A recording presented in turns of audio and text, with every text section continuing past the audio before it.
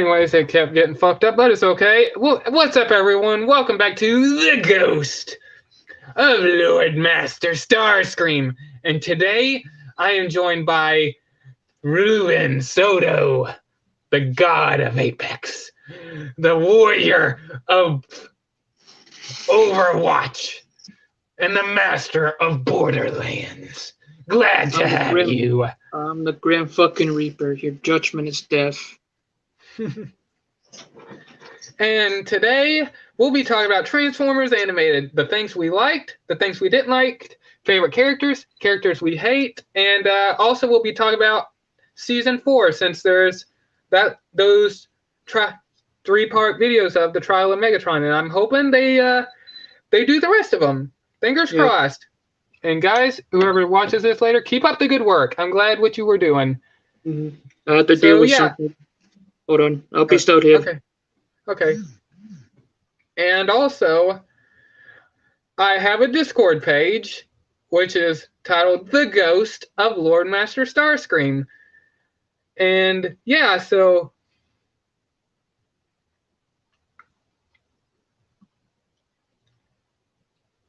hold on a minute. I've been sending invites out, so yeah.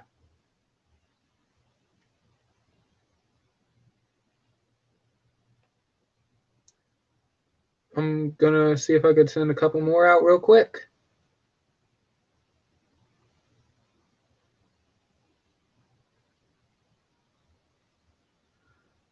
Hold on a minute.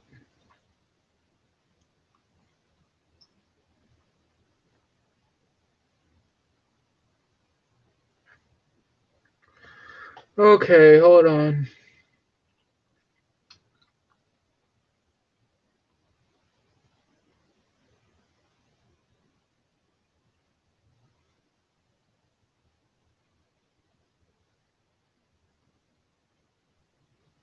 Alright, sorry about that. I had to deal with something in Snapchat. One of my friends sent me a funny meme.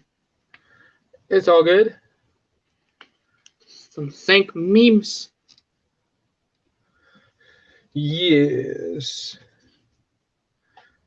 So, yeah, how you doing today, man? I have got the reskin of Caustic. Hold on, let me put the fucking photo. All right.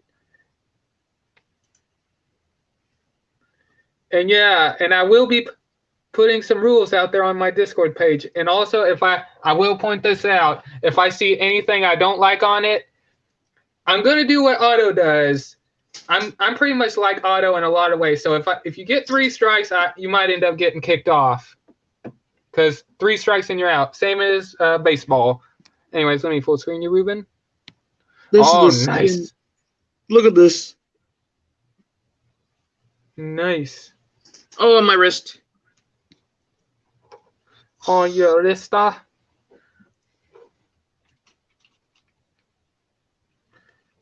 And let me see here. Hey, look at the chat. I think he needs to do some counseling there. Oh, good. Well, I have to do the counseling. I'm too old. Because I don't do shit like that. And you already know I did not like dealing with... Oh, yes, by the way, he said, yeah. He said, hello, he can't join. He is too wasted. I'm drunk. Oh, shoot, I need to create a general thing. Oh, shit, I already did. Never mind. Just take some nice rest, Semester 4, and make sure... If you feel like you gotta, like, your breath smell like liquor breath, just get some mint gum, that's it. Oh, gosh. Don't ask why. I'm gonna copy the link to my stream, because I'm gonna start sharing my streams now. Let me see here. Hopefully I can figure this out, because I have to do everything from my phone when I do this. So hold on, and we'll get on to the topic. Let me see here. Channel.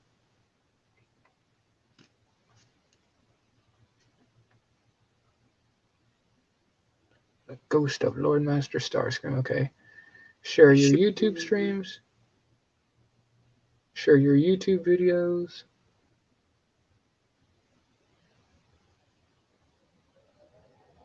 Did I already do that one? Oh, I did. I think I spammed it a couple of times. So I'm going to have to go over and delete some shit. Excuse the language. Okay. Twitch streams. No. YouTube streams. I'm happy I'm on Gold 4 in Apex. Nice. I wonder if I could try to reach the Platinum. I hope.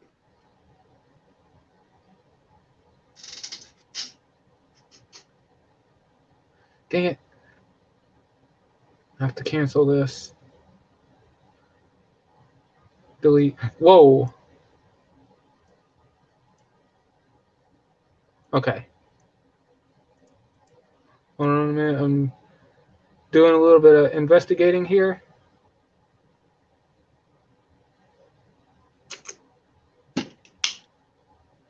What the fuck?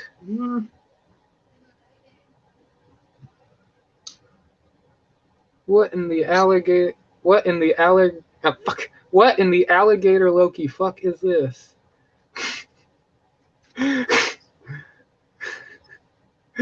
No, please don't send alligator Loki to rip my hand off. Poor.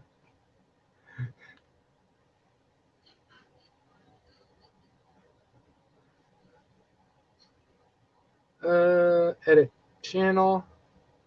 I need to delete this because somehow I created duplicates. Don't ask.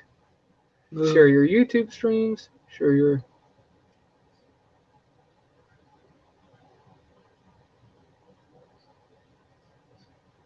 I guess I'll edit this real quick. Shoot. I'm trying to figure this out. Okay.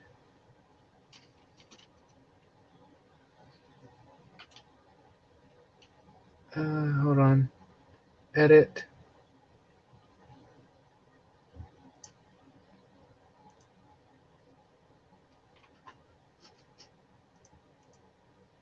Videos. Next. Shoot.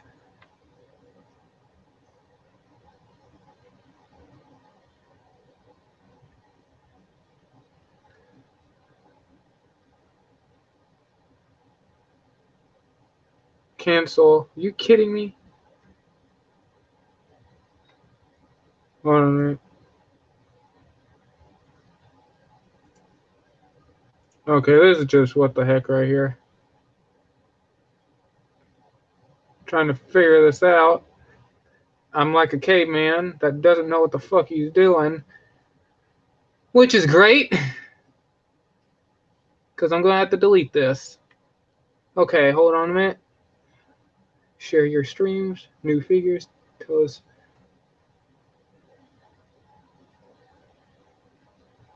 Custom lines, favorite. Shit. Share your YouTube videos.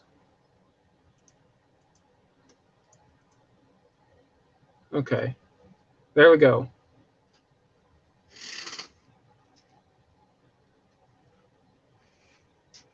Now, real quick, before I go any farther, let me share it to there real quick. Share, copy link, share your streams, YouTube videos, paste. There we go. Okay, I'm just going to copy and paste from now on. I'm not going to bother going through all this chaos. Anyway, so yeah, I got a Discord group out there. And so yeah, like I said, I will be putting rules up there. So don't make me kick you off the Seeker team or else, because Starscream does not like traitors. Kelly forward. Yep. I have someone that's on a naughty list right now and is trying to call me. Anyways. So yeah, where to start? Well, I'm gonna save the season. I'm gonna save what season 4 I'm gonna call it, or season 4 that was canceled for last, because I really want that to be a big topic of the video.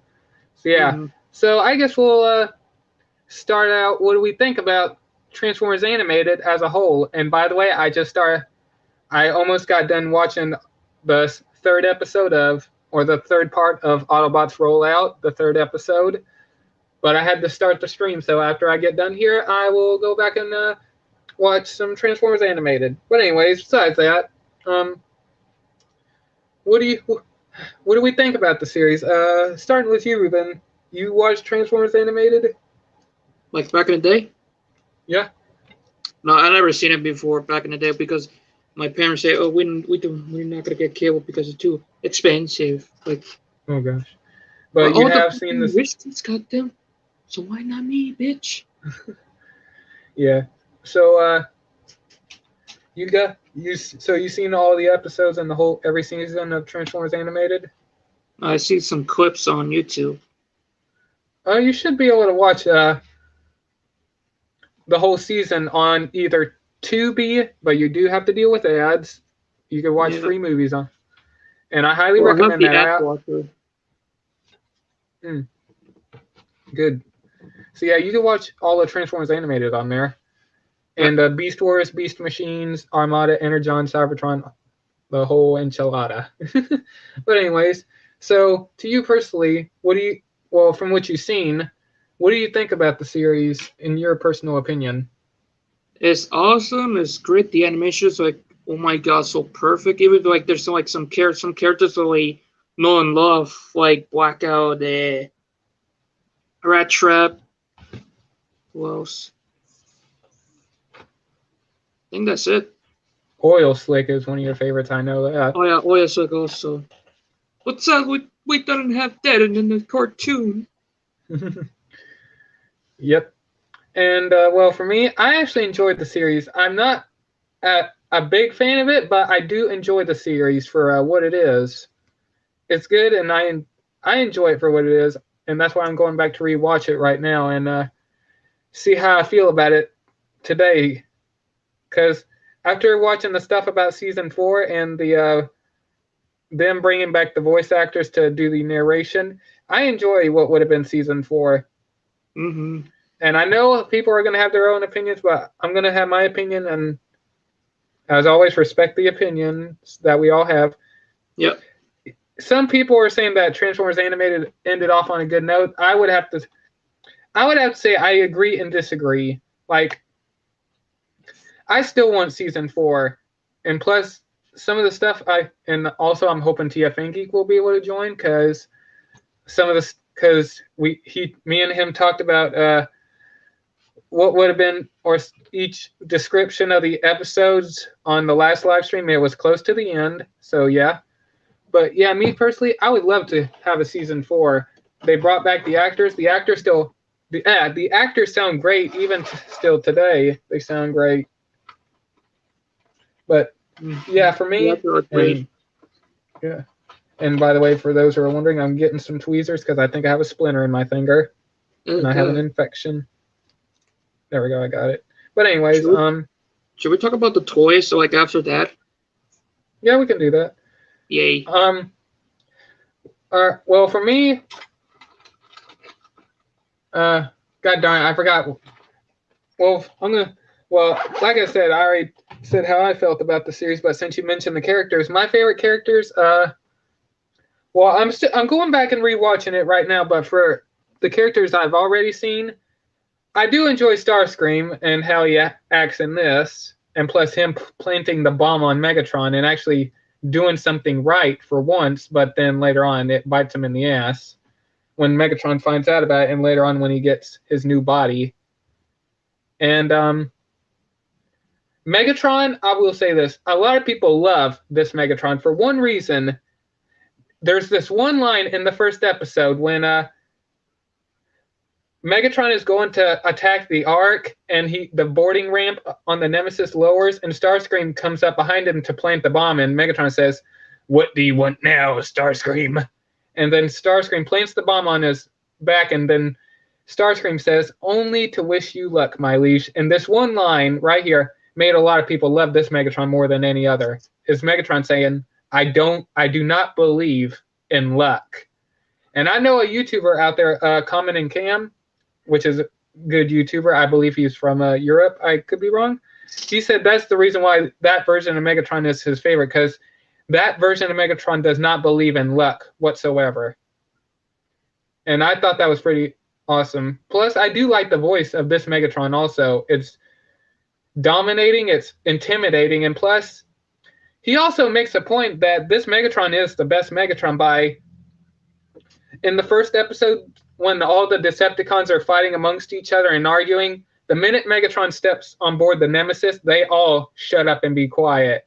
Because that version of Megatron is that intimidating. Which I find really cool. So yeah, I definitely enjoy Megatron. Blitzwing and Lugnut, definitely, I love those two. And I'm trying to think of any other character that did appear in the first 3 episodes, because I'm going off that, me personally, on my side. But we will be talking about the other episodes. Black Arachnia, I don't know. I'm going to watch some more on her, but some episodes going forward, I hated Sentinel Prime, but after watching the stuff about season 4, I kind of enjoy them a little more. I could hardly wait to see what they do with the other episodes, though. And I'm hoping they do the rest of them. And I think...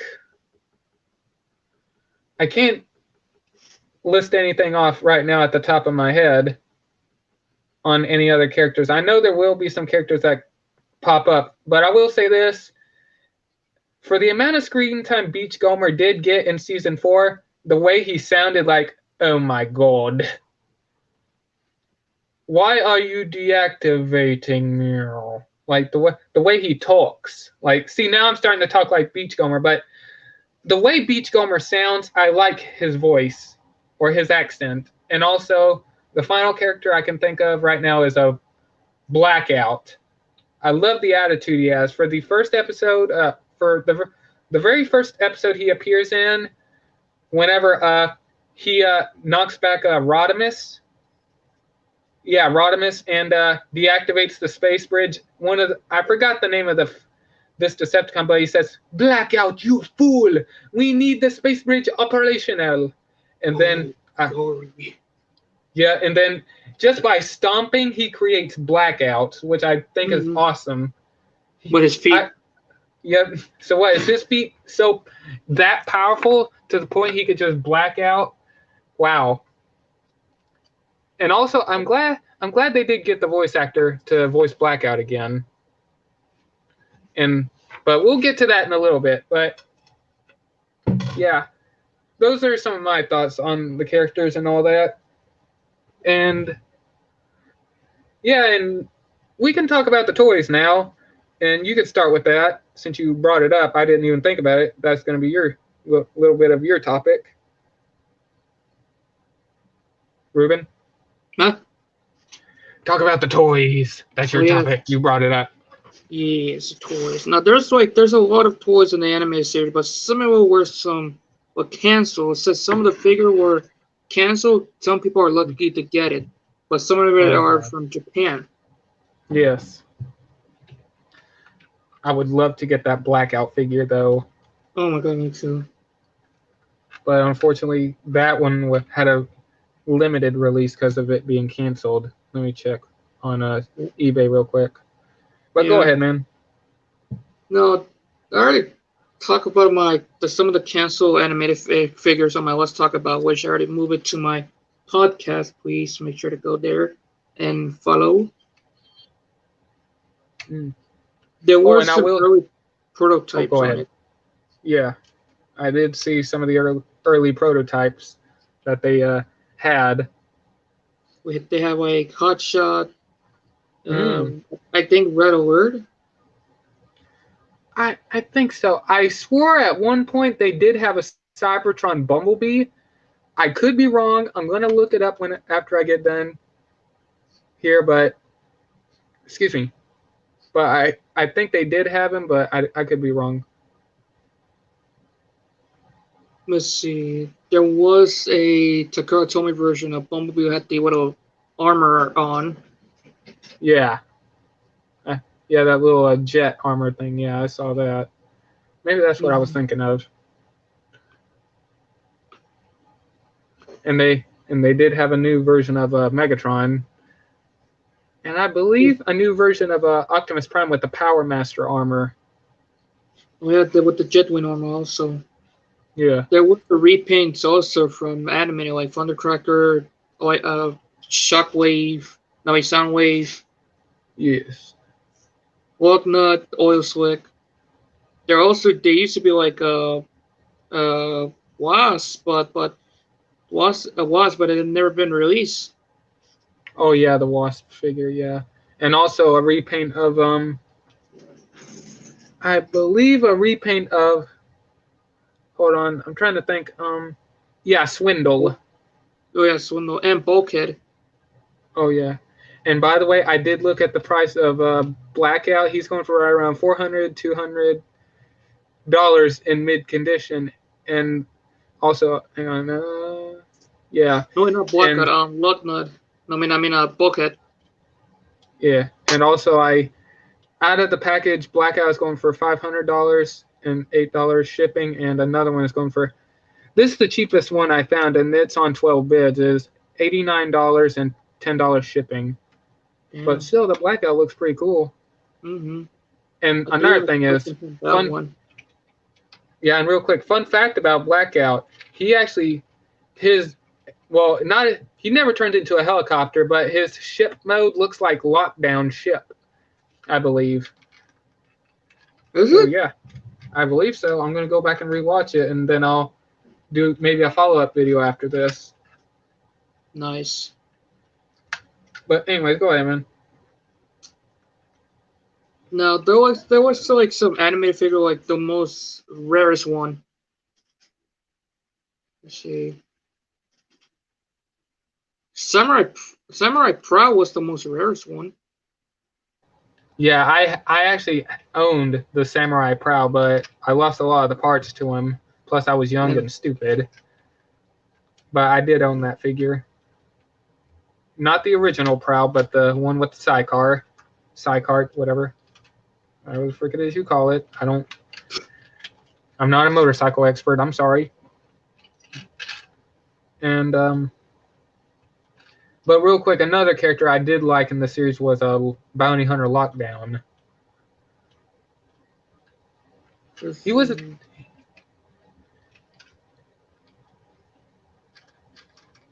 Oh, and Swindle. I definitely love Swindle in this. Swindle was the rarest one. Yeah, I like that version of Swindle. And Jazz, man. Good old Jazz. Oh yeah, the Jazz figure, bruh. Wielding his nunchucks. The nunchucks.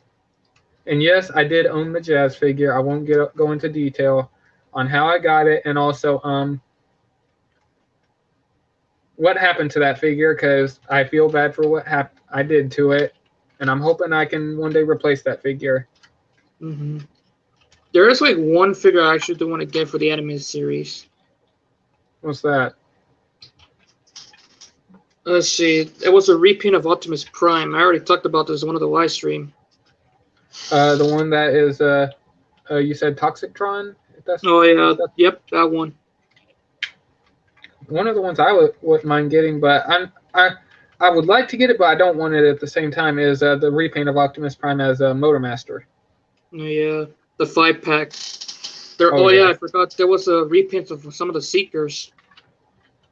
Oh yeah, and oh darn it, yeah, Sunstorm. You know, if I get like a 2 copies of animated Starscream, I want to custom print into as a Storm. And yeah, I definitely love the Starscream clones on each of their personalities, and TF and Geek will remember each one. But I like that one of them is a maniac and one of them is a liar, and one of them is a suck up. And Slipstream, man, I still would love to know, because Starscream, we don't Starscream walks up to her and says, "So, which part of me did you come from?" And she says, "Don't ask." And the look on Starscream's face. So, what does that mean? Does Starscream have a female side to him? Poor Starscream. Because I'm curious what. And plus, we'll never know. Maybe one day we'll find out. But some of the Transformers animated figures I do own currently. That is in storage. One, I have a damaged Ultra Magnus figure. I am going to replace this figure because I do love the look of the vehicle mode. I really do love the look of the truck mode, and the reason why it's the color the way it is because it's been a little kid gave this to me. I was really good friends with him. I would play like farming tractors, like those little toy tractors, car things with him or whatever. And then like the one from outside in real life. No, like those little toy tractors you get at Tractor Supply, I should say. But since I was a friend, he ended up telling me that he had this figure. He asked me if I wanted it. I didn't know which figure it was. He only gave me a brief description. Then I found out it was Ultra Magnus, but it's damaged. It has a lot of stress marks here and there, but still, regardless of that, it still holds together pretty well. I just leave it in a armored truck mode because I love the look of it. And I have Deluxe Ratchet, but he's missing his tools, but the robot is fully complete. And I don't know the name of this version of Optimus Prime, but I'm sure people will know which one I'm talking about. It's a kind of like a big leader class version that you would roll it like for it to.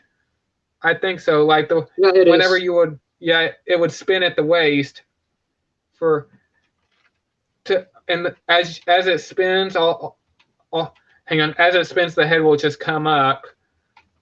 And so I have that, and I did own Soundwave and Jazz, but those figures are just trashed right now. I still have the parts, I believe, for Soundwave. Yeah, I do have Soundwave. Right, Jazz is another story. Since it was parts and there was no recovering it, plus the paint that was all over it, I ended up throwing it away because there was no recovering it in the condition it was in. And I think that's about it. But some of the figures I would love to get is the Sentinel Prime figure. And I know a lot of and I did have Bumblebee. But that figure, I feel bad.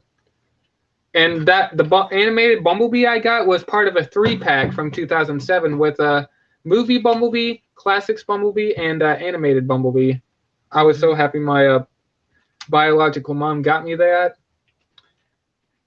I was crazy for Bumblebee, but hey, I was a kid. I didn't know much about the characters. There was some character was released in the toy line. Like the Transformer collectible figures. I forgot about them. Oh yeah. There was Cheeto was a repaint of Blur, which I'm looking over the photos. The head sculpt. It's good. Looking fine there, Cheeto. Yeah, and also there's like some repaints, like the G2 version of Sideswipe. Let's see. Oh, and there was a Cliff Jumper figure. Actually, it did get released. It wasn't a deluxe, but it was a one-step changer figure. Ugh, that's kind of total ass. There also was a repaint of Jazz named Jackpot. What else? Oh, and real quick, I just want to comment that in Transformers Animated, I love Cliff Jumper. But it's the thing that I like about him is that big, giant chin of his. I thought Ultra Magnus Sentinel Prime had the big ass chin. Oh, he does, but looking at Cliff Jumper just makes me laugh. Oh yeah, that's true. That big chin sticking out. Lockdown. Who else? I'm looking over something. Fuck. Yeah, Lockdown, one of the most rarest figure, but it does have like some issues on the wrist. Like you have it like this. If I can. Yeah. But there were like some people like take them apart and fix it all the way like that. Yeah. And there was a 2 version of Lockdown, the gold version and translucent one. Hmm. Let's see. And Yeah, some other figures I would, like I said, I would like to get the Sentinel Prime figure, even though it's not accurate. I still would like to get it, and I'm gonna see if I could try to hunt down the leader class Bulkhead figure, even though it's not accurate, but still I would love to get it. Oh my god, that And one's awesome. And I will say this: the thing I love about Bulkhead is in this, he's always getting tortured, and what I mean by that is the Headmaster unit. I love the Headmaster unit character in God, this. Magnus is the cringiest douchebag. At least, hey, he's like this total cringe douche. Hey, do you know what is a good part about him? What? He gave Sentinel Prime what Sentinel Prime did not want to happen to him. Where's my body? Where's my body? Prime. Wait. Hey Prime, I need you to come to these coordinates, but promise me one thing. What? That you won't let... Sentinel, where are you? Look down. And you see and he's just ahead. You promised you wouldn't laugh. I feel bad for Sentinel Prime. That I don't. Their heads can get cut off and they can still talk and move as a head, but their body is just out of control. Yeah. Poor Sentinel. But there was still like some characters we haven't seen in the animated series, like what was it? Hoist. Oh yeah. And man, I ought to send you a box full of Headmaster units just to customize them all. Oh my god. Ownage! Total ownage! Now, I will admit that's the cringiest line. Out of this fucker, like, speed him up. Yeah, there was Hoist. We never seen what he looks like in the anime series, but there were like some people make like some awesome artwork. We had Octane. Man, I really want to say this. I really wish we got Omega Supreme. That would have been awesome. Mm-hmm. Sea Spray. Oh no, wait, there was a Sea Spray lookup. Fuck. Let me see. Here are some pictures that match. Shut up. Shut up, bitch. Ooh, ah. Let's see. Oh, yeah, I remember this. Like some of the Dinobots are like some are rare. Oh man, the Dinobots. And Grima with his upper jaw. I like that. I like the gimmick on the toy. Oh yeah, the chomping action. Man, Grimlock in T-Rex mode definitely had a big chin. Big chin. Well, big ass jaw, more like it. Yeah, it stuck out like that. And man, he had too much of a crush on Black Arachnia. That fucking hoe. I'm sorry, but she's a hoe.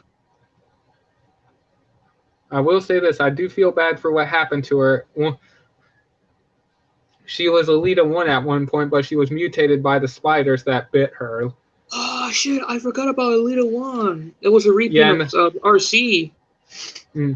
Yeah, and that's why Optimus Prime and Sentinel Prime are having a bad relationship with one another. Like the love triangle, but still, Sentinel Prime is still a total douchebag.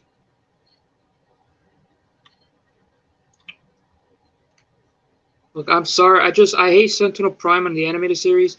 He's a total ass, bro. Like, come on. Like if I would have my own character of Dead End, he would just yell, "Oh my god, dude, shut up, bro." Hey, do you know what's funny about his name? What? Whenever he was training Bumblebee, Bulkhead, Cliffjumper, and Longarm, and Ironhide, and Wasp, you know what his name was at that time? Sentinel Minor. And it made me think of like the kid thing. You're a minor, Sentinel Minor. Oh my god, we forgot about Longarm, the double spy. No, that's the most rarest one. Even the repaint of Shockwave. I want to have that figure so I can have like Shockwave original colors, the purple one, and Longarm on his gray color. Man, I love Shockwave in this and Longarm. And plus, I like that he's labeled as a Prime, Longarm Prime. But still, I love this version of Shockwave, a double agent. And I feel bad for Wasp. I love Wasp in this, but he was framed. Even though he was a jerk in boot camp, you still have to feel bad for him because it was all a misunderstanding. Poor Wasp. Like, hey, man, I didn't know nothing. I didn't know the drugs were here. Wasp was not the imposter.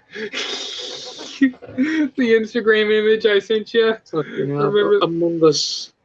Oh my god, I remember. I remember what Braun and the others got captured by the Decepticon, and also just yeet a bottle of Cosmic Rust, which is one of my favorite scenes. Yeah, I felt bad for Rodimus. I wonder how he survived though, because he was gonna play a part in the new season. So I'm curious how he survived the Cosmic Rust, unless it just damaged him.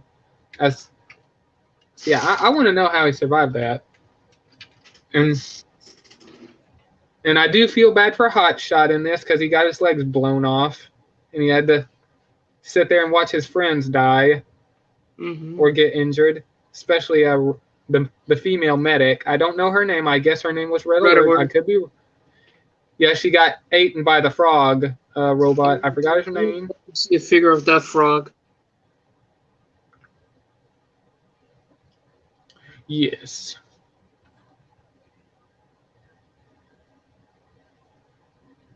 See, I'm thinking about something. Yeah. Oh, but I'm going to say this. I love the relationship between Lugnut and Blitzwing. And also when they first arrive on Earth and they have to scan forms, and Blitzwing is arguing with his other personalities, the Arnold Schwarzenegger, the spooky Halloween one, and the German scientist one. The crazy German scientist. Yeah. I will scan this fighter jet. No! The assault tank! This jet. Tank! Jet! Tank! Jet! Tank! Oh, why not scan both? Oh my gosh. I love the argument that they have. The name is Blitzwing, you insect. Remember it. No, I think it was... The name is Blitzwing.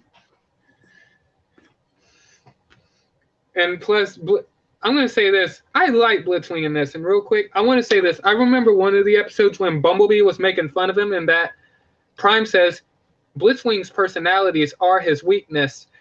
And whenever Blitzwing is flying in the air in jet mode and he's shooting at Bumblebee and Bumblebee's making fun of him, like saying like, Blitzwing, how about Blitzstream? And then he forces Blitzwing to transform into tank mode. And I like that on the Arnold Schwarzenegger side of him talks. Like, he transforms into tank mode in the air and falls and hits the ground hard. And I like that he says, "Oh, slag, not again." Oh, slag, not again. I just like the personality switching. That was funny. And also, I just want to say this. I like Lugnut, but then again, he can be stupid at times. And here's what I mean, and I'm going to go into this more as when TFN Geek is able to join. I just like that Lugnut is so stupid. Like, okay, he's loyal to Megatron. He's the loyalist Decepticon in that series. I like that. Oh my God, Lugnut. He's like a fanboy of this. Yeah, and I like that. I like that. In the 4th season, like as Megatron is throwing the Seekers and Blitzwing and all of them into the fuel station to keep Trypticon City up and running so it can get to Earth, he's like slicing the wings off of the Seekers, throwing them in there and killing them in cold blood. I like Megatron looks at Megatron looks at Lugnut and he says, "How loyal are you?" And Lugnut is like, "I'm extremely loyal." Okay, let's see how loyal you really are. Cuts his arm off from one of the clips I've heard. I'm going to go back and rewatch it. And Megatron uses his arm bomb for something. And later on, since Megatron is so desperate for energy, he's throwing the minicons in there. And Lugnut willingly jumps in there And his last words is this, because he knows he's going to die. I like that he jumps in there and says, "For the glory of Megatron," and then dies. For the glory of Megatron. He's that loyal, he'll kill himself for his own leader. Well, he is a simp, so you gotta face the facts. He's a simp. I mean, he's funny. Like, Well, he's the damn, loyal. I would love to see him in live action. All right, I got a question. What character do you like the most? Would you want to see an animated, but back in the day, if we have a Like, time in machine? What was the question? What's your favorite character do you would like to see in an animated? Like, if we have a time machine, and we used to work at the producers or voice actors. Which character would I have liked to see appear? Let me think. Yeah, any characters, like the one's your favorite. Well, I'm going to name a character that did not appear, but I'm looking at some of the characters I do have on the shelf. I would have to say maybe Mirage. I think he would be interesting. G1 accurate looking. And I think he would futuristic for F1 car. Yeah, that would have been awesome to see him. And even as a cameo, I'm sure he might have appeared in the background because, man, there was a lot of characters and Easter eggs. So I'm going to go back and rewatch it and see if I could spot him. Maybe, hold on, let me see if there's any images or any concept art. Wasn't shown in the animated. Was it Hoist, Trailbreaker, Mirage, Sunstreaker? Yeah. Dang it. All the members of the Bruticus, Baticons. Yeah. Man, you know what? If I can find like the BotCon 2011 Dead End for animated, I will probably use him as my main mascot. Okay, I don't know how legit this is. I guess this is a design. Actually, it's on TF Wiki. Oops. I guess this is Mirage. Let me show off an image. Man, he actually looks pretty awesome. Let me show his robot mode first, and then I'll show his car. Yeah, it's on the TF Wiki. I guess he would have appeared. They had the model for him, so I guess he did appear.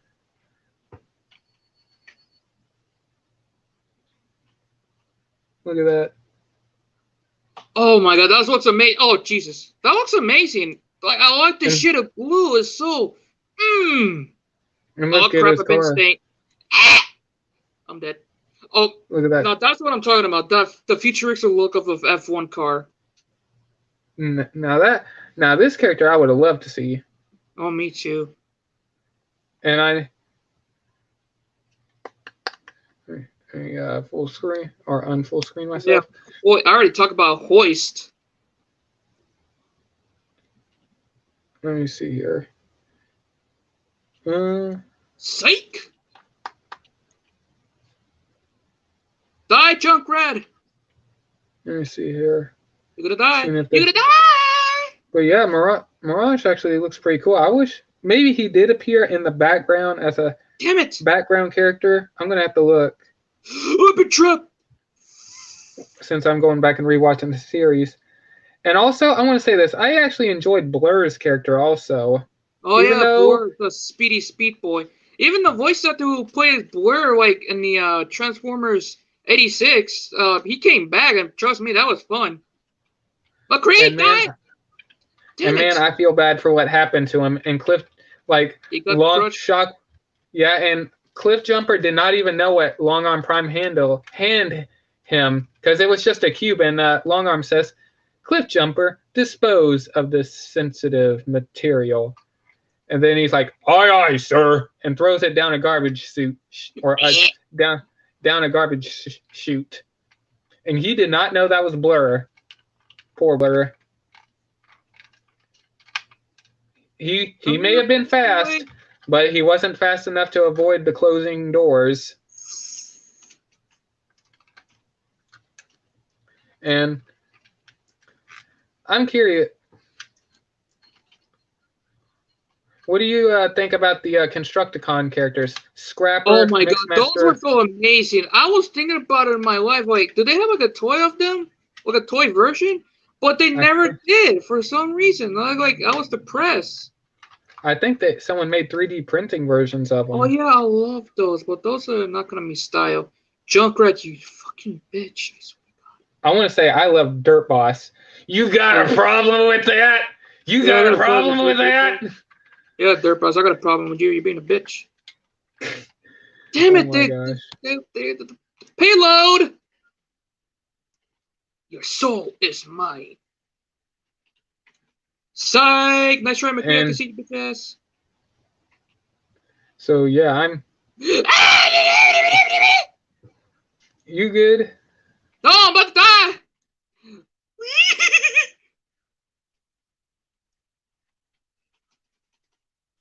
Your soul is mine. Oh my gosh, man. I'm about to eat that ass. What is wrong with me? I'm a fire! I think, are you gay? If you want to eat ass? I ain't either. God, I'm I wish joking, I I'm could joking. turn 21 now, sucker. McCree! Look, and by the way, I want to make an announcement. Since today's Saturday, what's tomorrow? My birthday. Oh my God! Dang, man! I didn't know you were that excited for your birthday. No, but McCree! God, this short of a squirrel. I swear. Okay, I'm gonna go to this fucking senora. Cree, want to be a bitch? I'll show him who's a bitch.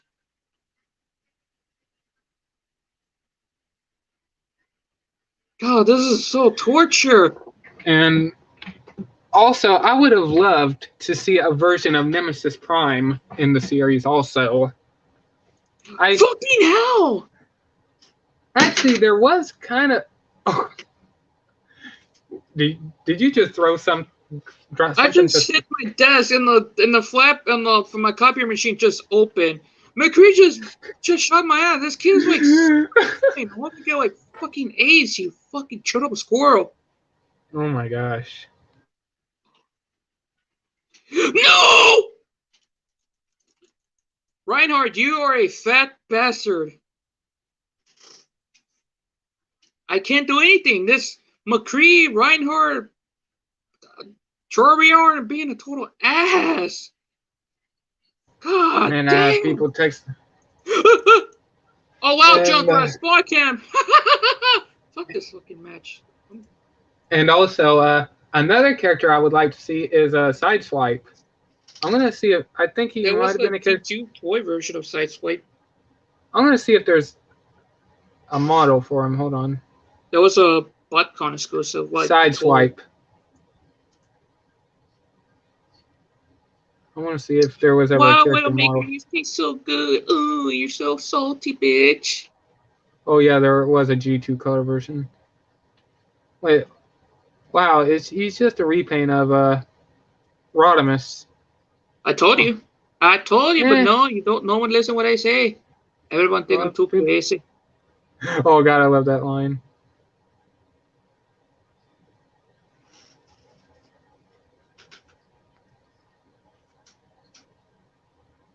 Someone unleash a bomb. The bomb of the bomb of eating ass. Oh my gosh, are you serious? I fucking hate myself already. Somebody please put me out of my misery. God damn. Oh my God. Well, I know what I want for my 21st birthday. I want a Jack of Coke. That's it. Just a little bit of Jack Daniels so I can taste a lot of Coca-Cola. That's all I want.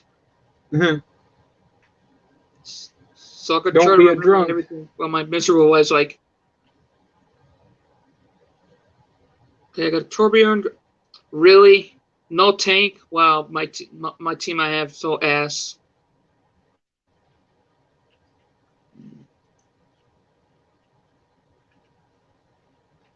Your soul is mine. And I missed. I I want to comment on something on Ultra Magnus. Oh my god, he's the best. McCree. He carries a hammer and he has all this arsenal. I'm gonna rewatch the series and he can summon the power of lightning through his hammer. He's like Thor. He's like exactly. Thor, for God's sakes. Oh my god, this kid. And also the Jetfire and Jetstorm. Oh yeah, I forgot about the twins. They got both combined into the big ass bot. I forgot his name. God damn, McCree, you're so salty. And I like that they talk at the same time. Yeah. But sometimes it could get annoying. Come on, you little shit. Yeet! I'm about to throw this ball at you, boy. Yeet! Yeet! Oh, don't throw no balls at no one, if you know what I mean. I'll shut up. Die! Die! Oh. Tracer! Oh my Tracer! God. Bitch! You Sorry, are not okay. I'm not okay. I am dying. I'm dying. Alright, I might have to switch. Fuck, I don't have time. Surya, your ass is... Oh my god, Reinhardt, you're a total ass. God, dude, I am like literally losing my goddamn mind. Losing your hair and your honor. I'm losing me hair. Oh, and I will point this out since we do have a Beast Wars reference in this series. Oh yeah, Waspinator, Black Arachnia. Like there was a. When Wasp becomes Wasp. Yeah, when Wasp becomes Waspinator as the Wasp itself. At the end of that episode, after Waspinator is getting a chain reaction and he blows up, and they end up somehow in Africa somehow. You get to see a cheetah, a rat, a gorilla, and a rhino. Oh yeah, I remember that. And you see Black Arachnia look at him, and all the animals are like, looking at her like, what? And all the animals are looking at her like, what is this? And then Black Arachnia says, oh, you got to be kidding me. And Waspinator is just there in parts. Like always, grabs his head and says he has plans. And he's dragging himself with his head. And I like Wasp in this. I am Waspinator. God, I like what he said when he come back from the dead. Like, Wasp. Oh, I can't do the voice though. But bro, that's like terrifying and also awesome at the same time. Yeah, like he went from like sounding like this. Wasp will find Bumblebee for ruining Wasp's life. To Waspinator will kill everyone. Wasp, forgive. Like he's so will not go back to Stockade. Like, gosh, the voice he has is just intimidating. Even he got doubled the size. Oh crap! Where's my help, you dumb bitch? Reinhardt, back the... Oh my god, this kid is like literally annoying right now. He's beating my ass. I'm gonna beat that ass of yours. Light them up. Oh no, but, I'm fucked. And you miss. Let me see here. I'm trying to think of some other characters. Come on, smack their ass, smack their ass. No thanks, I'm good. God, these kids are like super annoying. Jesus. Tracer, I'm about to eat that ass. I'm trying to think of some other characters. Also, I like that we do get Anyways, I like that we do. Oh my gosh, oh my gosh, what is wrong with us? Die! Oh my god, kid. I swear to God, Tracer, you're so annoying. Got my ultimate And ready, also, but I do. respond fast. Oh, darn it.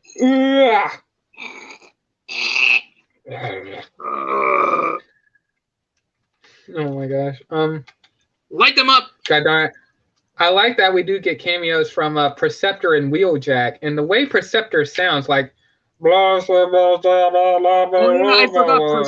He was the voice of Stephen Hawking, and we lost. Fucking. But God, the voice of him is just like, yeah, he does sound like Stephen Hawking. Now that you mention it, I guess he is the Stephen Hawking of Transformers. Your master, Mr. Omega Supreme. What's that? What's that, man? I miss Stephen Hawking because of the voice. Oh gosh. And also, I'm trying to think. I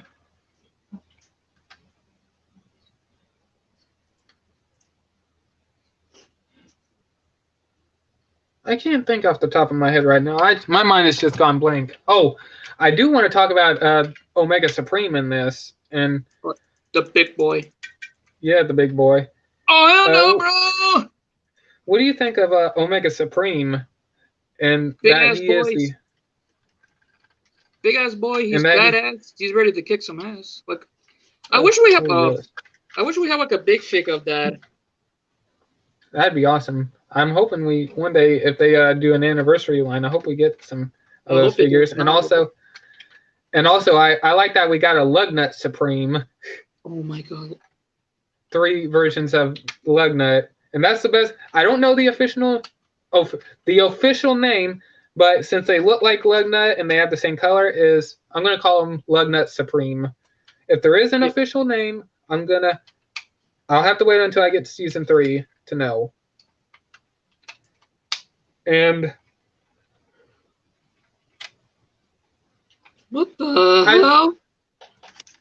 Oh, and Retgar. Oh my gosh, I feel bad for Retgar in the very first episode he appears in, especially how mean Ratchet is. Like, he totally does not like Retgar. Like, Retgar is just confused. He doesn't know where his loyalty really belongs. He's not all there. I'll say this, a special needs robot that deals with garbage. And when Ratchet, or whenever he doesn't know, when Retgar doesn't know what faction he is, and Retgar says, I am Retgar. Will always be an Autobot. And Ratchet just got in his face, ripped off the faction logo off his chest, and says, you are not an Autobot, and you will never be an Autobot. You are only good for one thing, garbage. Yep. True. And then Jesus. And Ratchet realizes how mean he was being and asks him for forgiveness by the end of the episode, and Retgar actually sacrifices himself to save the citizens from a trash eating material. And but they all thought he was dead, but I'm glad he did survive. I like Retgar in this. Retgar is awesome. He's kind of my least favorite character in the animated series. Yeah, I can respect that opinion. Yeah. Oh my god, Echo, piss off! Who the hell keeps shooting me? And piss him up. Light them up. I'm trying to think. I'm curious. How do you feel about hold on. Who? Excuse me. How do you feel about Megatron being a double-rotored helicopter in this season? I love it. He's cool. A futuristic helicopter, and his fusion cannon is sticking out the bottom of his helicopter mode. Oh my god, his vehicle mode, I kid you not, his helicopter mode is so amazing. Exactly, and I'm going to try to get the leader class version of that figure because I thought they would release like a Voyager class version, but they never did. I think we did get a. No, I don't think. No, we got a deluxe version of the Cybertron version. I do remember the that. deluxe class. Yeah, and one that was clean looking, and another one that is Oh my god, this battle diva. damage. What the hell is hitting me?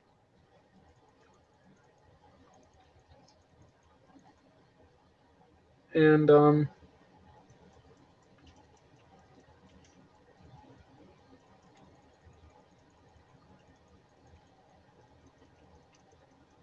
me see here. Mercy, I hate you so much. No, no raising, no raising. I just killed her. Bad passion. There's like one character like oh man, I don't know his name. Do you remember what it looks like? Maybe I can. Oh hell no. I'm trying to. And I'm going to say this. Even though RC never got much screen time and she was cameos here and there, I enjoyed RC. Even she was a teacher, a school teacher. Yeah. Back in the day, during Yeah. I guess you call it a golden age. Passion. Yeah. Oh, I got hacked. Sombra, your ass. And Crap, I know. McCree, you're an asshole. Okay, time to go a bit. Brigitte. and Man, I don't remember what character. Shit. Oh, and I do remember another cameo. Warpath was actually part of Master Yokitron's dojo. Yeah, and Warpath was part of the elite guard, and Prowl was a fugitive that was stealing. And yeah, and Prowl was the not Prowl. Warpath was the one that brought Prowl in. And man, and Master Yokitron, I actually enjoyed his character, and at least we figured out who murdered. That's awesome. Yeah, at least we found out who murdered him and took the protoforms. And who was it? It was fucking Lockdown. Oh my god, Lockdown! Why? And yeah, Lockdown. Megatron hired Lockdown to steal the protoforms. And oh damn it! I've been stunned. Oh my god. I'm trying to think. Damn it! Piss off, kid! Doomfist your ass!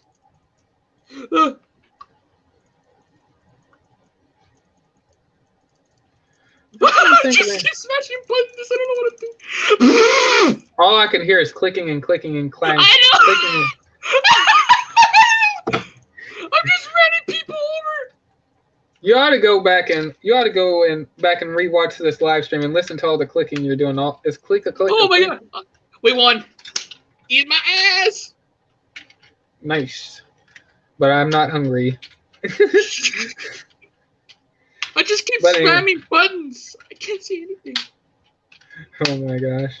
And I'm trying to think of some other characters. Oh my god. And there was that one, I don't know the name of this character, but there was that big giant transport bot. Oh, and also Metroplex did appear, but he was only in city mode. So yeah, he does. But as I was saying, there was that big one, that giant transport bot, and I'll describe some of the scenes he's in. After Ultra Magnus is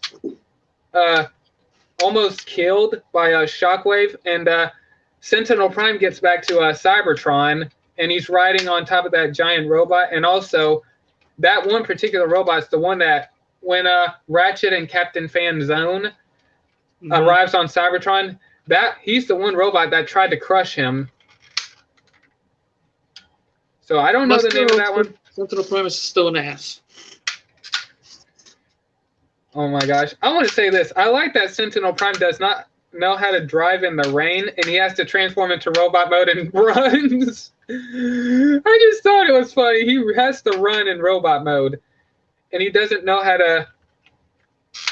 And Ratchet comments, "What's wrong with you Cybertronians? Do you not know how to drive in the rain?" And then, oh my gosh. I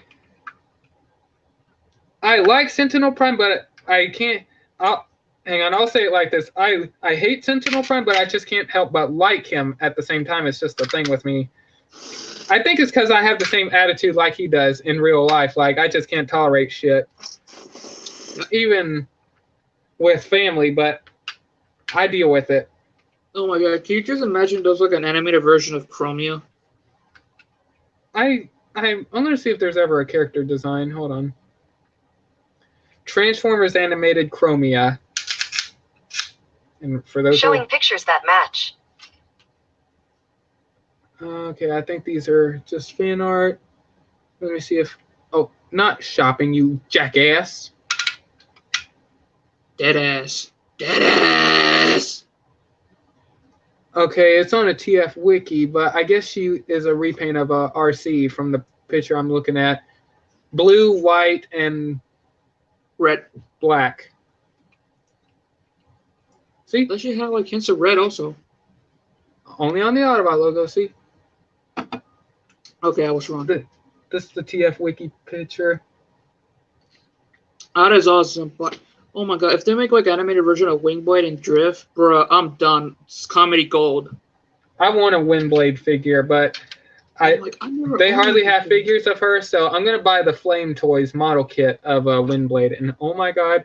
And by the way, 18 years or older, so I'm gonna wait maybe a couple seconds, then I'm gonna say the word. But okay, all right. I guess they might have clicked off by now. I like how sexy the Flame Toys model kit of Windblade looks, and I'm gonna show off a picture. Like, I'm hoping to get my hands on it. I don't know what the release date is. Hold on. Transformers Flame Toys model kit Windblade.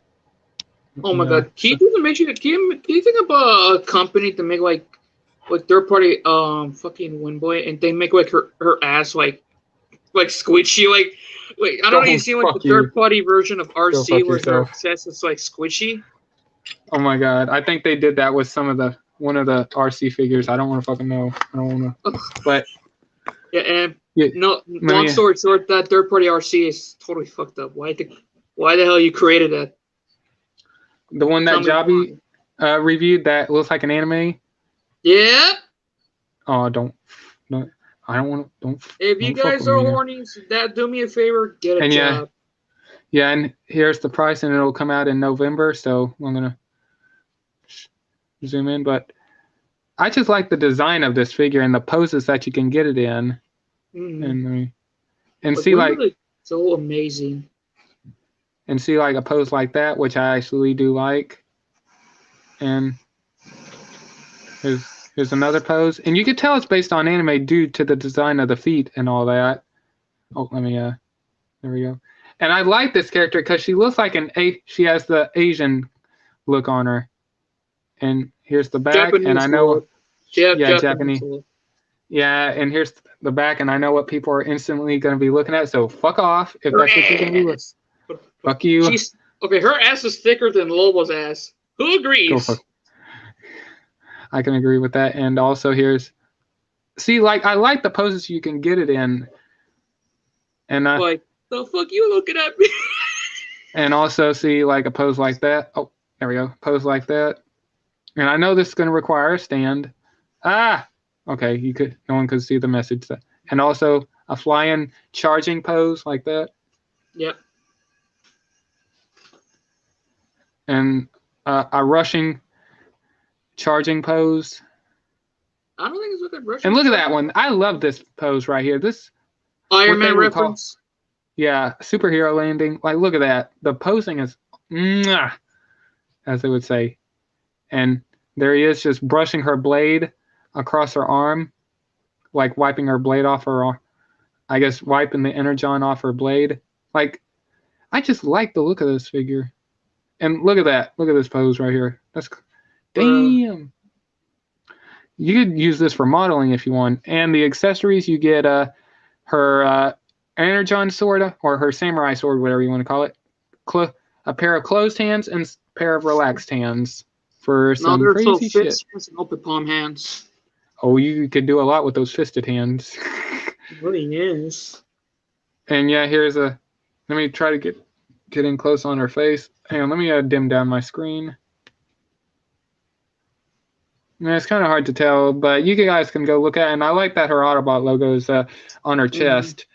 So yeah, I really want to get this model kit because, I mean, yes, I don't know how big it's going to be, but still, I'm going to look forward to getting this if I'm able to because it just looks awesome. And plus, I don't have a Windblade figure, and I just want something.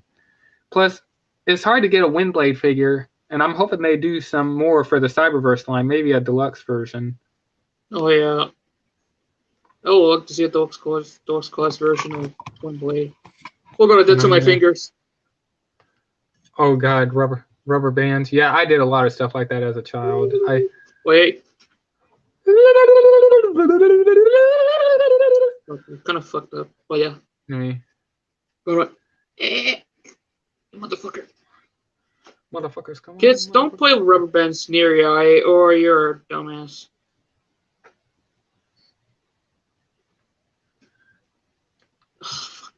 My fingers. This you should do, like pointing yourself like that. Not pointing like this to someone. Well, do you remember back in days, like some people do that to you? Fuck, my thumb.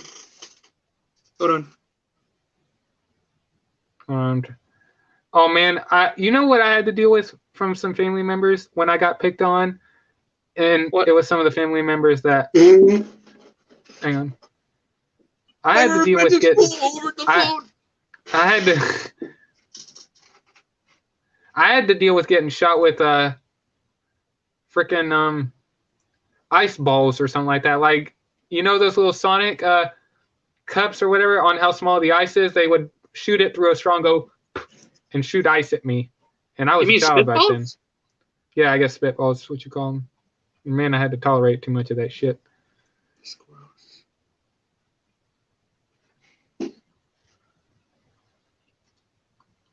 Monkey.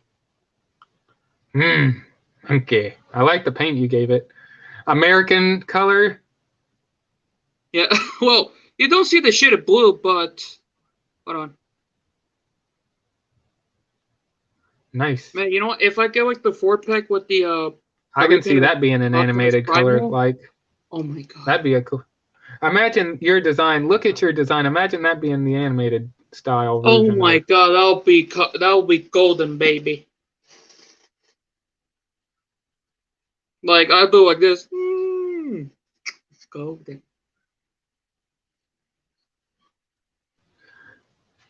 Yes. And also, like I said, it's damaged, but I will show off the model. Here's hang on. Here's Ultra Magnus. It is damaged, like I said, but I will get a replacement. And also, I just like that since it has those tabs right there, you can place the Headmaster unit on him, which never happened. So create your own story. And like I said, the thing that's ridiculous about it, and I'm going to try to do this. Yeah. Because oh my god, when I used to work with a douchebag boss I tried to transform that motherfucking Ultra Magnus, and I was like, where did it go? And when I did a review on animated Bulkhead, I tried to open the goddamn back, like I was trying to open the side, and it won't do it. Even when I try to close it up, it pinched my fingers. I was like, and my boss was like, what happened to you? I was like, I tried to transform it back, and this motherfucker pinched my finger. He laughed. I was like, it's not even funny. It hurts like hell, damn it. And if anyone own an animated Bulkhead, the Voyager class version, be very careful. Oh, bastard will pinch your freaking this finger right here. No wait, that was this finger. Do you have the scars from get? It's already gone. Like it's been a long time. Ooh, cupcakes. And also, God, you gotta go get you some cereal or something. And also, like, real quick, and here's what I was saying, like, the arsenal this fucking Ultra Magnus has, I don't have the hammer, but look at this shit.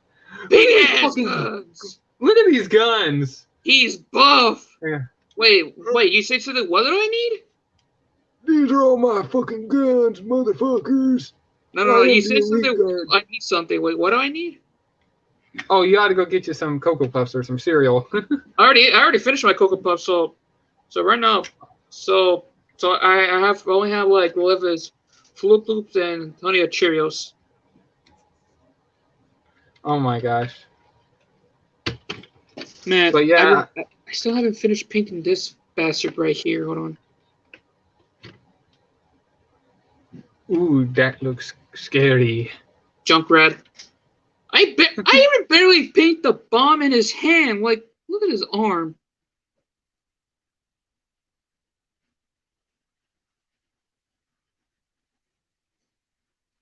Yo, you wanna give me a kiss? Oh my god, go fuck. You're fucked up, man. Alright, bro, I'm bored, alright? I've been trapped in the house like a lab rat for months.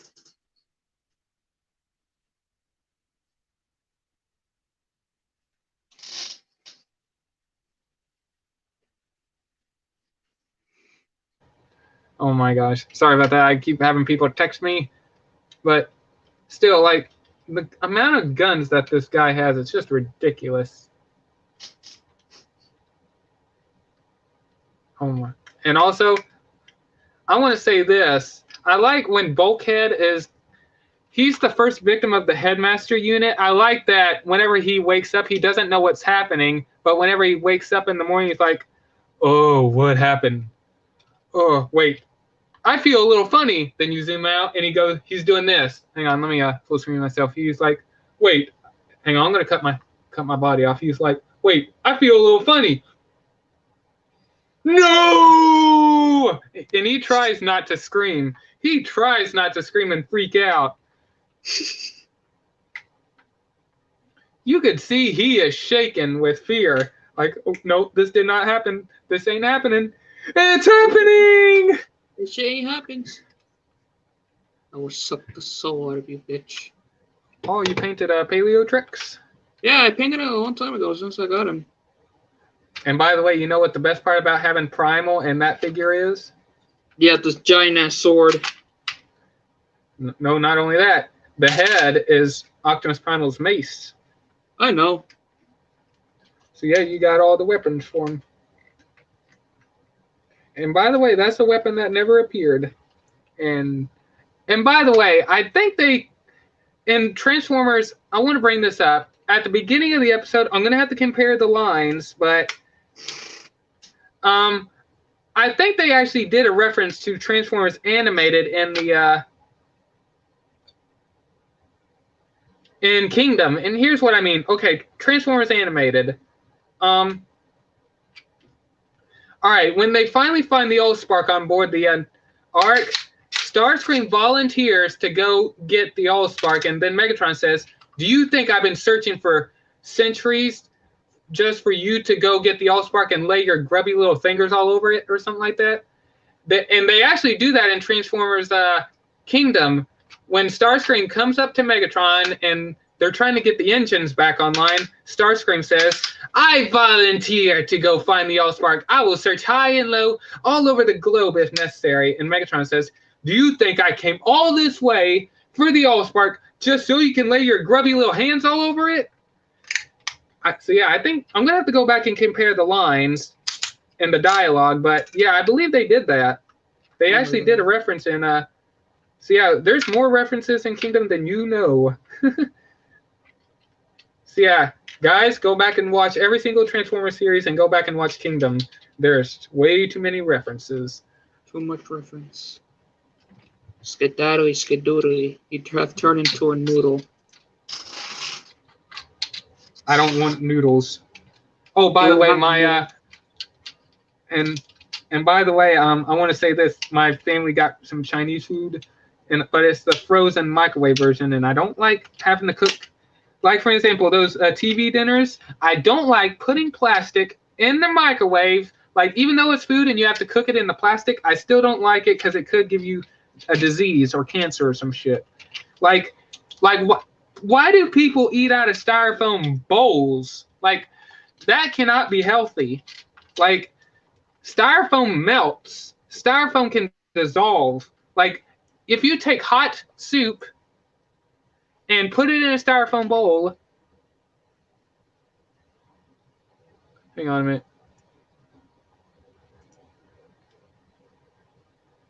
Oh, darn it. Ah.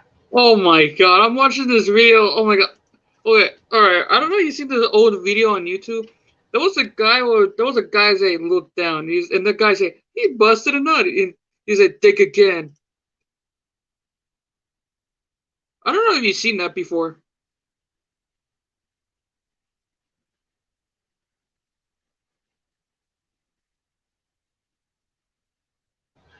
All right, sorry about that. Oh man. Oh god, I gotta send. I'm gonna send you a TikTok video.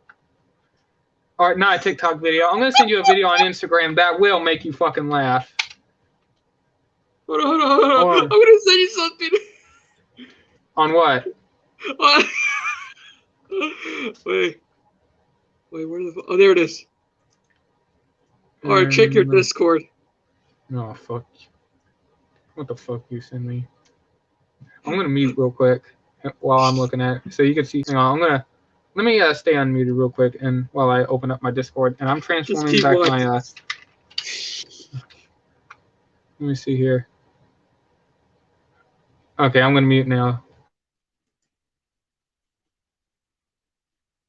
Oh, okay, I'm about to pull it up now. Okay, so hold on. Ladies and gentlemen, he's gonna yell at me for it. My ears.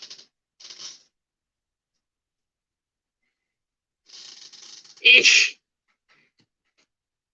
Just keep watching. Just keep watching.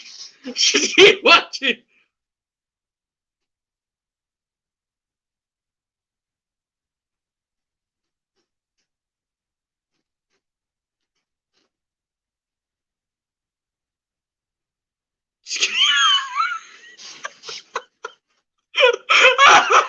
Turn it off! Turn it off! Fuck you! I'm gonna be sick! Fuck you, you dirty motherfucker! Where's my hat? I lost my hat!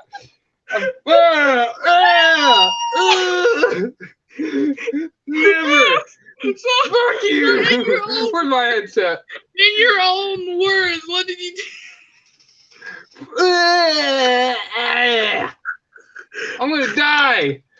I think I lost my humanity after that. You dirt. God. You wasn't not think again. Where do you, Go fuck yourself. Wait, where'd it go? I have tears in my eyes, bro. Fuck you. I fuck you too, but you still love me though because I'm still in there. I'm gonna send you a video. I hope I have it. Oh shit! He busted a nut.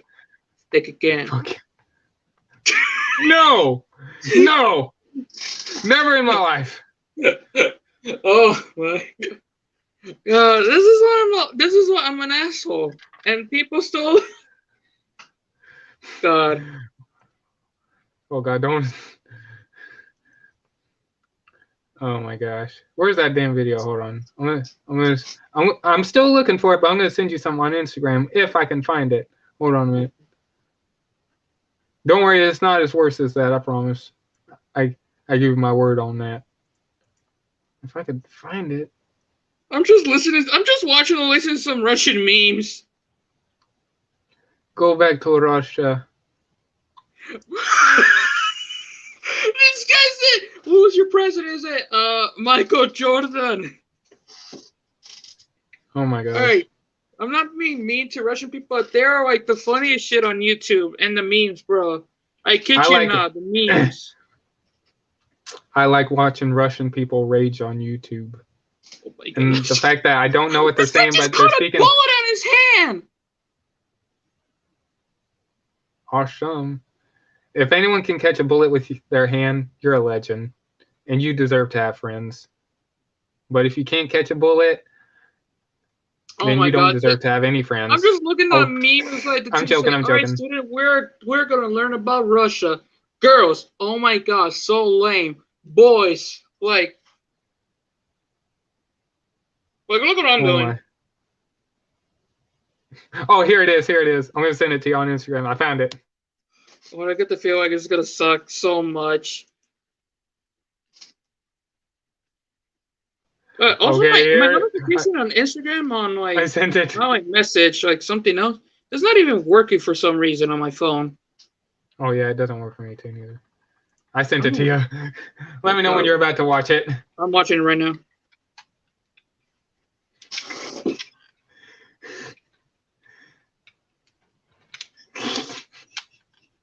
Shut the fuck up. Really, the old dick box? I say all the tricks of the book.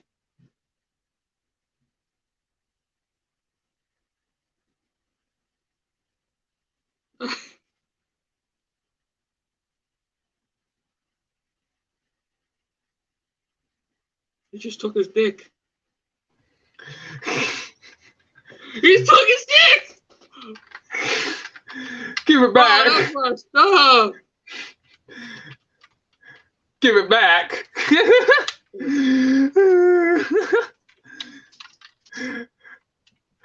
Hold on.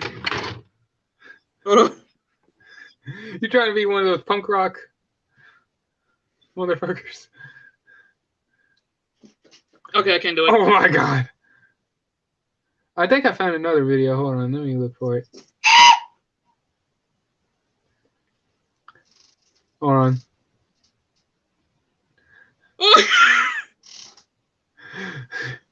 I'm gonna send you this. I literally did this trick. Well, I get the feeling like it's gonna suck. So, like the first one. It's probably gonna suck anyways, but I did it. Sucky I nearly broke my neck doing it.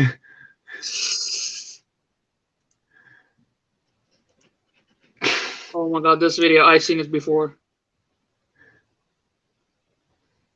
Doesn't look that hard.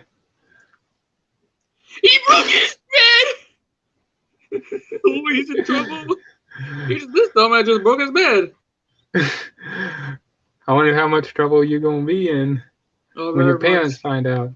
No, this guy just fell on the ground. He saved his beard. Oh my gosh. He saved his beard. I think I. Oh, what's this?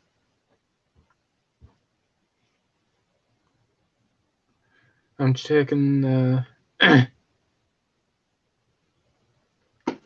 Where the heck is that video, mother?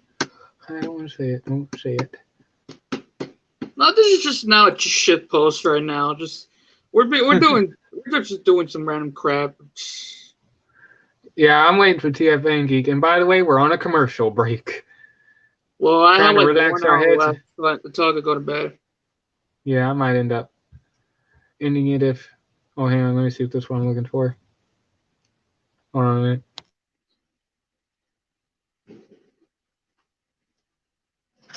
People on the internet, we're just bored. We're just bored bastards, and we have nothing else to do with our life. He has his girlfriend. That's kind of neat to know, basic. Someone's in the chat. Well, someone's in the chat. Oh no, I thought you were talking about someone having a girlfriend. I said, wait, is someone talking to me in the chat? Yeah, and that was me. So I was like, we're just poor, sad hey, TFN Geek. Yes, I'll send you a link right now. And by the way, check out what I sent you. You tell me the logic of that, even though it could be fake. Oh look at God. Look at that. It's gonna suck so much. Oh, you'd be shocked on how fucked up these people are. Let me post a comment. Here we go. Yo. Oh my gosh. Did you get it?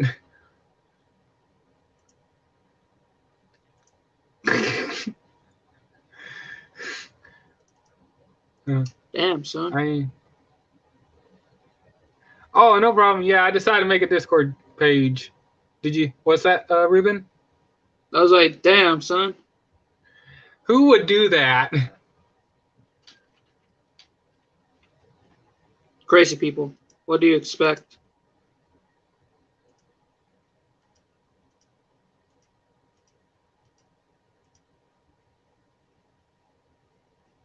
Give me a minute. I'm sending a text real quick.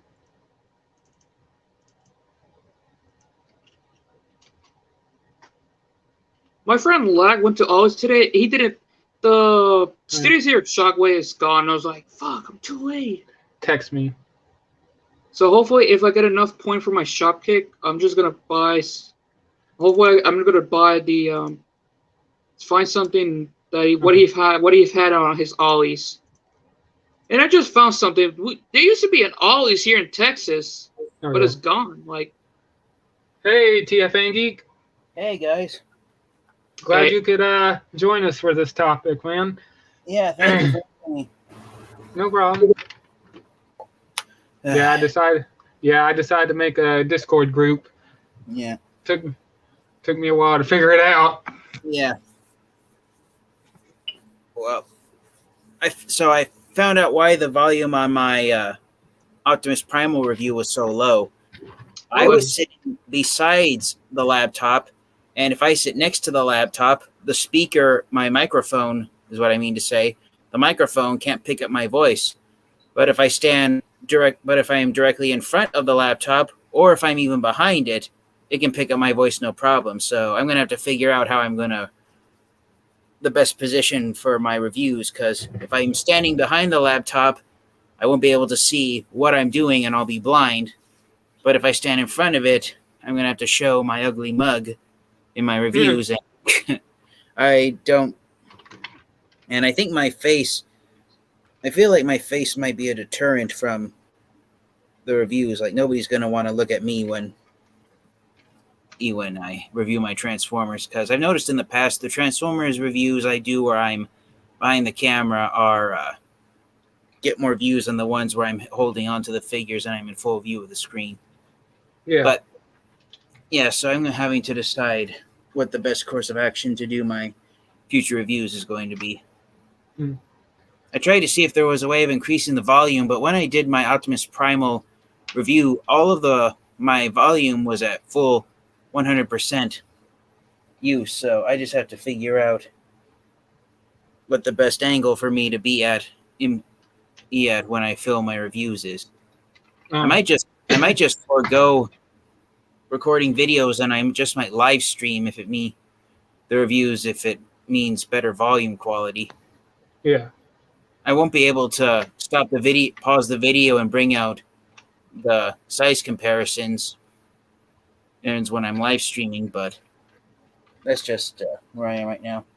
On another note, my neighbors next door have a fig tree, and some of Rat Trap's cousins are living in it. Oh my gosh. Wow. I heard two of them squeaking at each other. Squeak, squeak. Rat Trap has a girlfriend now. Uh-huh. Wow. But yeah, and so yeah, me and Ruben were talking about Transformers Animated, and since you're here, I'm curious about some of the things. Well, this is what I listed off for now, like the things we liked, we didn't like, and the characters we like and did not like. And we talked a little bit about the figures, and if there's anything you'd like to share about any of that.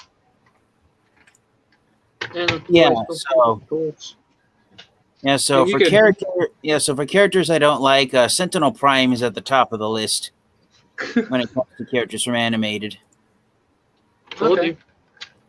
And then I thoroughly enjoyed Transformers Animated. It had somewhat of a slow start during the first season, considering that the main villains during the first majority of the first season of Animated were actually human supervillains just running around Detroit, because they wanted to build up the first season to Megatron coming back online and his body being restored, and along the way Starscream decided to do his own shenanigans, and then Blitzwing and Lugnut were taken down in one episode, same with Black Arachnia, and so it was Animated, to me, had somewhat of a rocky start with the decision to have this first season focus on bringing Megatron back back to full life. Back from the dead. Yeah. But as far as characters that I enjoyed in animated, I loved the way they portrayed Jazz in Transformers Animated. Mm-hmm. Mm-hmm. Oh, Jesus. And and then if I had to pick a favorite character from the main group, it would have to be Bulkhead. I loved Bulkhead so much, the way he got into so much shenanigans, and the fact that even when he was trying to be genuinely helpful, he still managed to be undermined by how much brute strength he possesses. Yeah, but don't forget he's smart than everyone else. God damn, that boy is smart. Mm-hmm. I already told Starstream about it, but when I used to have a job working at that douche, I was reviewing the animated Bulkhead, the Voyager-class version. I was trying to open the flaps, and bro, he was too hard to open. I was like, mm-hmm. And when I try to close him up, like transform it back to robot mode, I got pinching my finger. It's like, God damn it, my finger! It hurts so much. I kid you not. It hurts. Oh yeah. So much. And as far as having a favorite action figures from the animated line, my number one favorite figure from Transformers Animated is actually a tie. And my two all-time favorite Transformers action figures from Transformers Animated are Ultra Magnus and Shockwave. Really? Uh-huh. Mine's are Oil Slick. Pretty much that's it. Speaking of Ultra Magnus, he has his. I tried to transform Ultra Magnus when I still used to have a job to robot to vehicle mode. That thing is like the most difficult. I was like, where did it go? Like I'm like a goddamn monkey doesn't know what is going on. Uh-huh. Yeah, and animated Ultra Magnus is so much special to me because that is the first ever Ultra Magnus action figure that I added to my Transformers collection. I want to say this. The thing that is I want to say this real quick. I like this Ultra Magnus because one, he's like a ridiculous character, and here's what I mean: the amount of firepower he has with the guns right here inside the driver chamber, and also on top of his missile launchers, and also the fact that he can summon the power. He can summon the power of lightning like Thor. Your phone, Ruben. Ruben, got the notification. Oh. Anyways, like he can summon the power of lightning like or like Thor. Uh-huh. And I just thought it was funny. Oh yeah. Yeah, but but what also makes Ultra Magnus special is that he's the first ever Transformer. The animated Ultra Magnus action figure was the first ever Transformers action figure that I purchased on a special day. The special day being Black Friday. Oh, nice. Really? How much? Uh-huh. If I'm not mistaken, back then leader classes during 2007 also were going for $30 or $40 around there. $40. $40. Yeah. Nice. Mm-hmm. Okay. Yeah. Yeah. Yeah. Go ahead. Go Yeah, ahead. for years, animated Ultra Magnus was the physically largest Ultra Magnus action figure I owned. I think he's now tied with Combiner Wars Ultra Magnus in being the physically largest Ultra Magnus figure I have. But that said, even though they're the same size, animated Ultra Magnus has a lot more weight to him. Yeah, this thing is heavy. I'm going to say this, like, since I'm going to replace this figure because a little kid gave it to me. It's been out in the sun. You could tell, you could tell it's been out in the sun and all that. I'm going to end up replacing this figure. This one I'm just going to leave in vehicle mode. But, like, you can tell this thing holds up pretty well. Like, you can see that there's a stress mark. Like a stress mark right there. And I transformed this figure so many times, this thing can still hold up. Even, like, there's some, like, little cracks going on right there that are forming. And, even right there, you can kind of see the little... Yeah. Right. And also, the only thing I can complain about this figure is like the knee joints. Like, you have to be careful with the knees, not transform it too much because the way they're designed. But still, like, this figure is really sturdy and durable for a figure of its age. Yeah. Well, one of the main problems with animated Ultra Magnus, which I've had since the day I bought him, is that the parts of him, they're yellowed a little bit on your copy, Ghost of Lore Master Starscream, but yeah, the parts on Ultra Magnus, that they were white in the animated cartoon, but for some reason the designers at Hasbro and Takara Tomy made them light gray. Those parts are made out of pencil-thin plastic in order to incorporate his weapons gimmick and how they transform into his shoulder pads. So yeah, that's why that plastic is a little flimsy, because it's paper thin. Yeah, and I'm gonna show this, and if I end up doing a breakage on stream, then it's gonna be replaced. But yeah, you could, and if I do this, like, I'm pinching it with a really, really hard, like almost trying to break it. This thing is durable. Like, you can see I'm actually struggling to pinch it, but yeah, this plastic is pretty durable. Oh yeah, it's like. Well, you know how like people have been saying that the quality in the plastic on Transformers action figures has been going downhill in recent years? Yeah, I remember specifically which Transformers line when that trend started. It was with the Transformers Dark of the Moon line in 2011. That was when the quality of Transformers action figures started to go downhill, and I don't care what people say, it hit rock bottom in 2012 with the Fall of Cybertron Transformers action figures. I can agree with that. Mm-hmm. Go ahead. Yeah, some people are saying it hit rock bottom with the Generations Thrilling 30 and the Combiner Wars lines, but no, it hit rock bottom a few years earlier with the Fall of Cybertron video game Transformers action figures.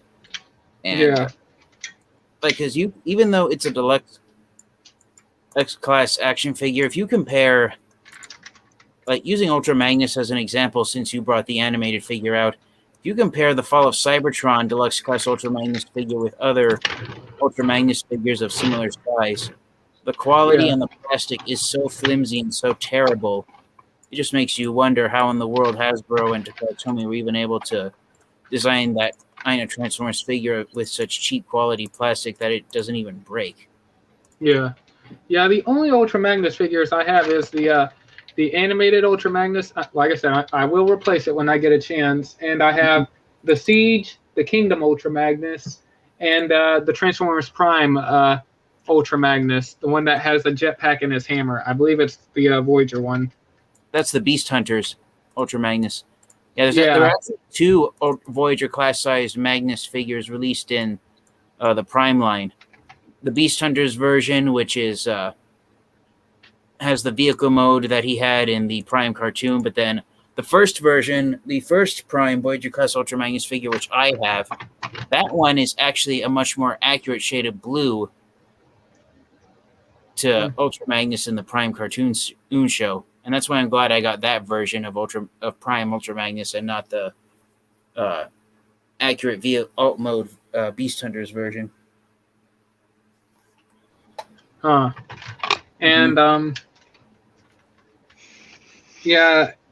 like I said, these figures are definitely durable. And also, I'm going to say this. I have the Transformers 2007 Optimus Prime. Man, you have no idea how long it took for me to find the battery compartments on that figure, only to find out it was in his gas tanks or his diesel tanks.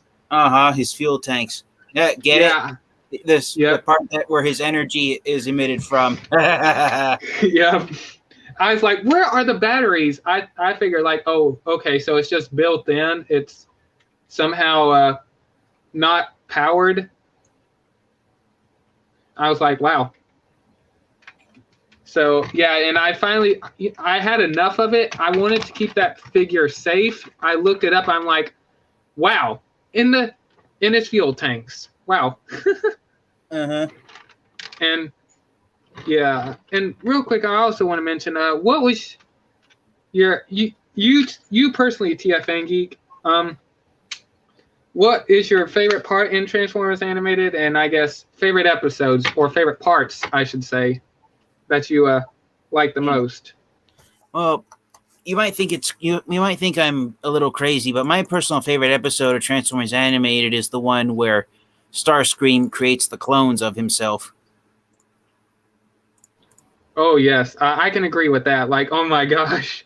I know. And the way Slipstream describes them, and then Starscream asking the question, yeah, which yes, oh which part of my personality did you come from? And her response is, "Don't ask." Oh, I don't think we would like the answer. I think that's why it's never answered. I don't think we would like it. And that's the point. Slipstream is a female Transformer who is a part of Starscream's personality. What part of Starscream's personality embodied itself as female?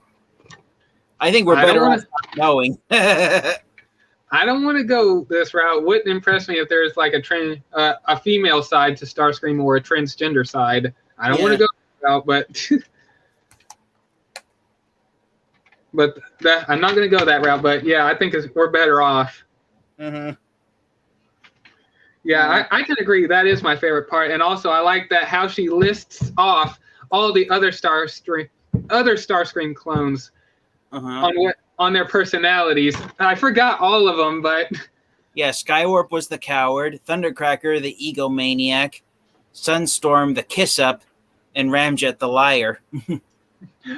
He's a liar. I am not.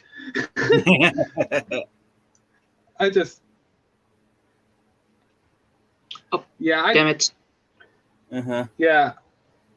But go ahead, man. But yeah, I can agree that's all. I also like that part also. Yeah. My other favorite part, even though it's a little dramatic, one of my personal favorite characters to come from Transformers Animated is without a doubt Lockdown. Oh yes. I love Lockdown in this. Lockdown, but he's like the coolest character ever, I kid you not.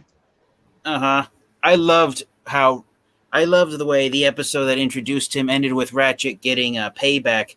But what I liked about it is that Ratchet wasn't necessarily out for revenge. He was just fed up with Lockdown destroying so many Autobots, since in Ratchet's mind it was senseless the way Lockdown captured and tortured Autobots for their best parts.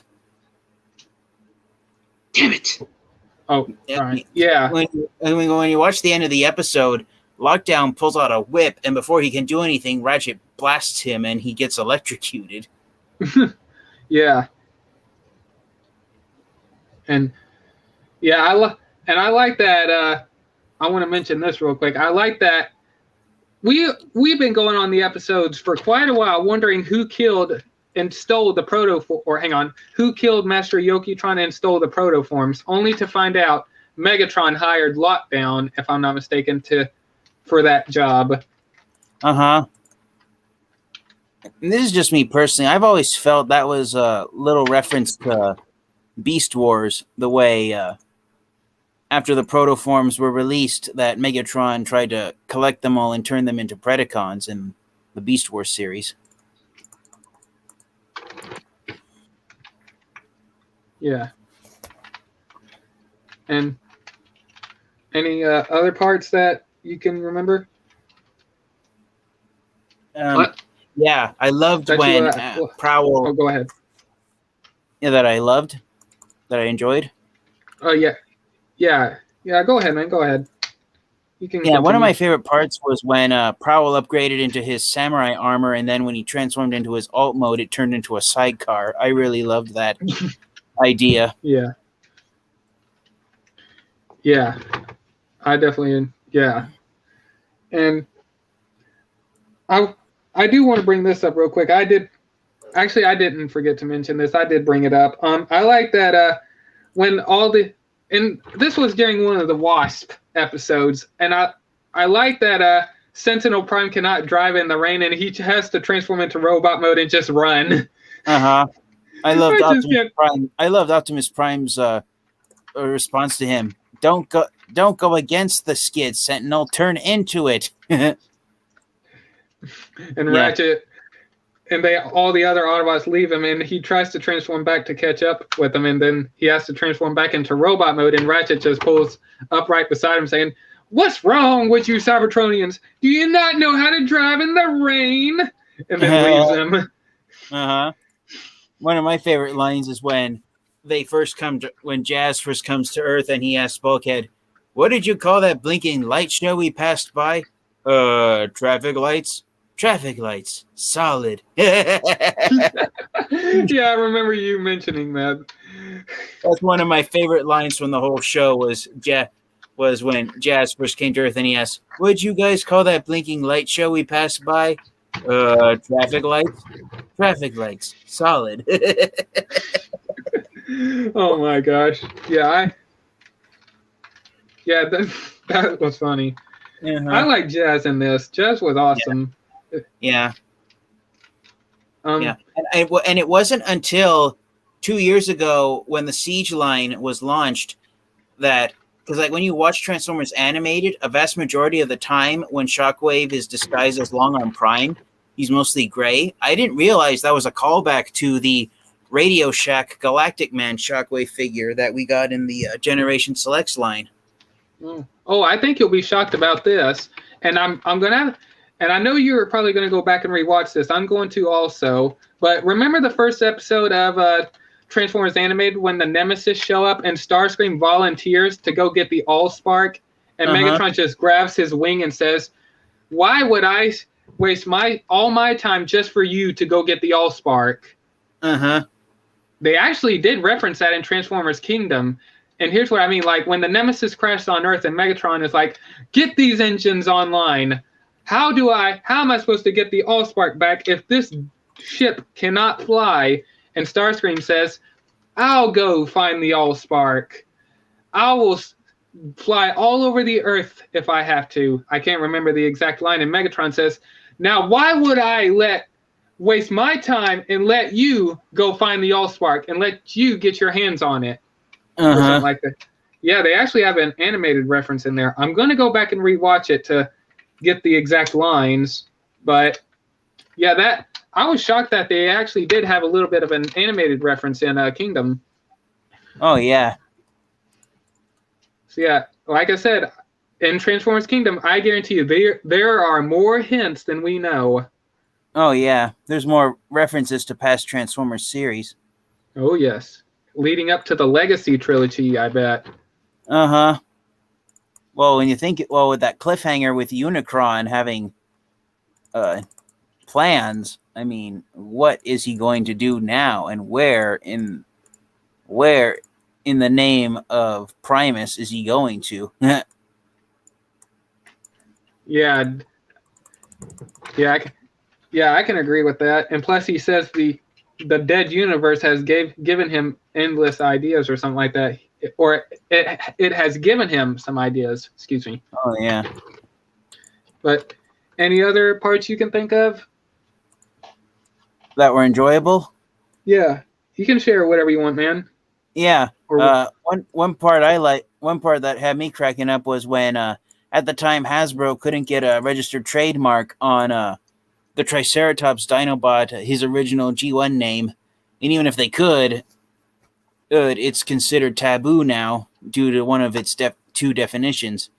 And so I love how they reference that in the season 2 episode when Sari finds Scrapper marooned on Dinobot Island, and she tells him, "You named him Snarl?" And he goes, "Yeah, I wanted to name him Slag, but he took offense to that." I think he thought of that as an insult. Yeah, there's that reference right there saying that. Yeah, that word is a bad word, and I think France or Europe. I could be wrong. Great Britain. That's where it's. Yeah, we don't want kids to hear that one word. Yeah. Well, that word has the same definition as another 4-letter word here in the United States that starts with the letters SL. Oh gosh. And ends in the letters UT. I didn't say it. I didn't say the word, but yeah. You just gave out the words. Yep, but I got you. Uh-huh. And that's why the fact that Hasbro has decided in more recent years to rename the Triceratops Dinobot Slug instead of his original name. Yeah. He's pretty close to... He's still off by one letter from the taboo words. But... Yeah. Yeah. Mm-hmm. Yeah, and then what were other parts of animated that were great? I loved one of my favorite plot twist in animated was the revelation that the Ark was actually Omega Supreme's vehicle mode. Oh, yes. I love that. Mm-hmm. That was awesome. I liked Omega Supreme in this. I really wish we got a figure of that. Oh, yeah. I saw where someone did a custom Supreme class sized Omega Supreme. Yeah. Back when animated was in full swing.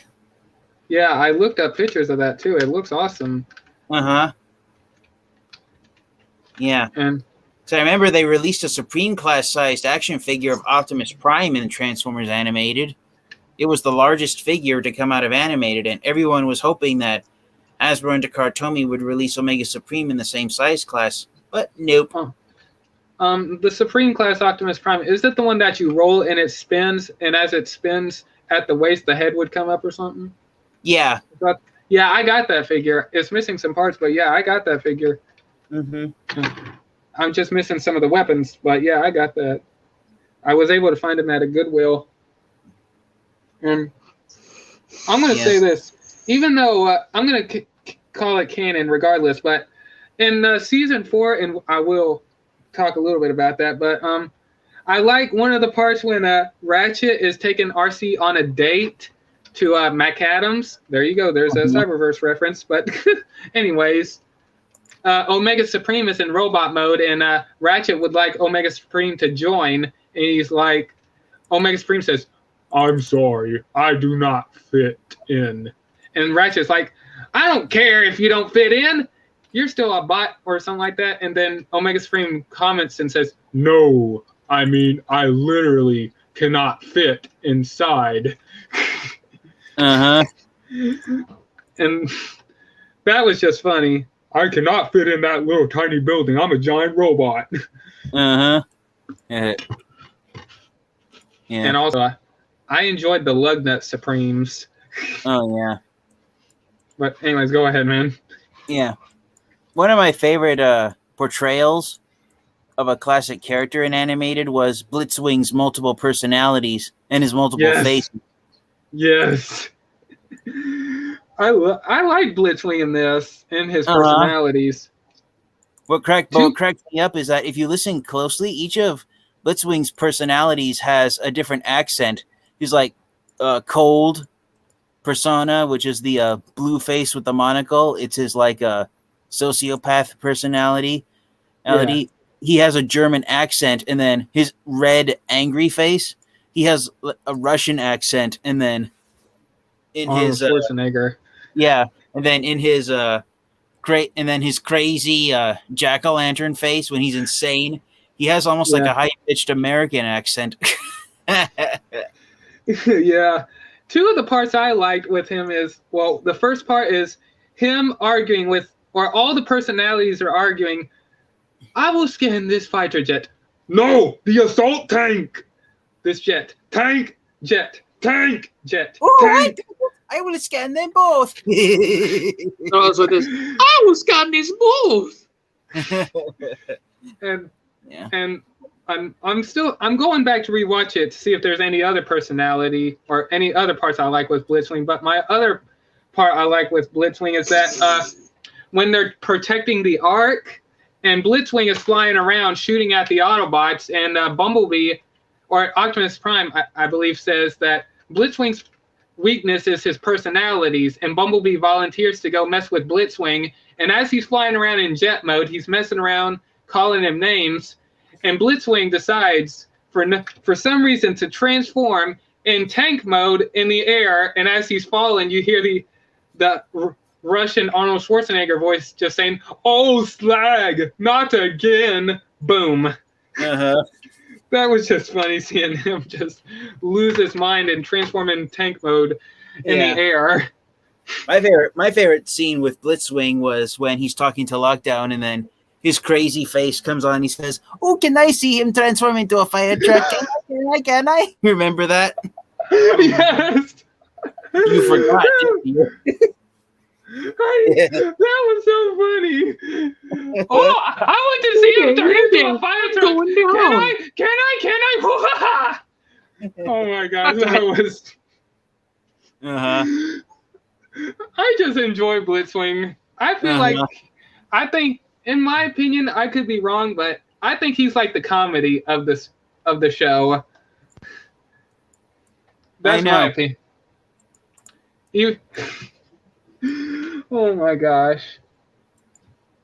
And I'm gonna guess this is one of your favorite parts also, and also mine, is the Beast Wars reference when Waspinator's or Wasp, whenever he becomes Waspinator, since his body was unstable and he blows up, and somehow I believe Black Arachnia and Waspinator end up in Africa, I believe, somehow. Yeah, Africa. Yeah, and Waspinator, I like the reference right there. I did just remember it doing the stream, that he just grabs his head and starts dragging himself. He's blown into parts like always. And Black Arachnia is just unconscious off to the side, and as she wakes up, some animals come, or she stumbles across some animals, and you get to see a rat, a cheetah, a rhino, and a gorilla. And she looks at him and is like, "Oh, you gotta be kidding me." And yep, a reference to the Beast Wars. And also, since you were listing off the season 4 episodes, and one of the episodes that gorilla versus truck, or truck versus gorilla, and it also mentions that she has other techno organic characters. I think she might. I think she might have somehow got a hold of those other creatures, and we might have gotten to see some evil Maximals. Maybe. I don't know. Yeah, because they're basically from what I got reading the plot of that episode, is that Black Arachnia would have ended up creating the Predacons. Ooh, nice. Yeah, that's what I think they were going for, was that Black Arachnia created the Predacons, but instead of the Predacons being based off of the Beast Wars Predacons, they were in fact based off of the Maximals. Yeah. I mean, can you imagine the Maximal characters from Beast Wars being Predacons? Oh gosh. Hey, I know in the Beast Wars series we got a glimpse of that when Beast Wars Megatron turned Rhinox evil. I mean, can you imagine evil versions of Optimus Primal, Cheetor, and Rat Trap running around? Oh god, that'd be crazy. And also, I mean, Megatron was the one that created the Dinobots. Like he had the schematics and he created them for to destroy the Autobots. And but only their allegiances were mixed. Like they didn't know if they were Autobots or Decepticons, but Prowl was the one to keep them in check, and also joining Black Arachnia's side for a while. So yeah, their personalities were mixed, but hey, I guess you could say that all the Dinobots' personalities, they weren't all there. They were Don't touch Spider Lady. Go ahead, TFNG. Yeah. No. It's the same is true with the Constructicons. Oh yes, I love Dirt Boss. You got a problem with that? And it cracked me up how they decided to give Mixmaster and Scrapper Brooklyn accents. Oh God. And I like that they're addicted to oil. Darn bug. Anyways. And if you watch the episode, and I didn't realize it until the second time, until after it had aired. I had to go back and watch it. When they're first created, Mixmaster and Scrapper, their paint scheme is yellow and gray, and their eyes are yellow.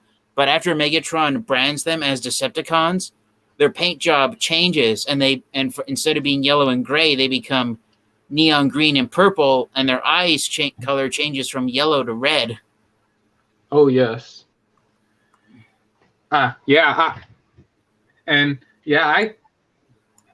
that was awesome. To distinguish them, like the Autobot side of them, and also the Decepticon side of them. And also, I want to say this: a lot of people will say that this version of Megatron is unique. And I saw, like I said, Common and Cam. I hope I got his name, Comic Book Cam. Sorry if I butchered your name, but a lot of people say that this Megatron is unique in a way. Like, and here's what I mean. Like, the reason why that Megatron was his favorite is because of one line in this series, and it's the first episode when Megatron is going to board the Ark, and the ramp lowers on board the Nemesis, and Starscream comes up behind him to plant the bomb, and Starscream, or Megatron, says, "What do you want now, Starscream?" Puts the bomb on his back, and Starscream says, "Only to wish you luck, my liege."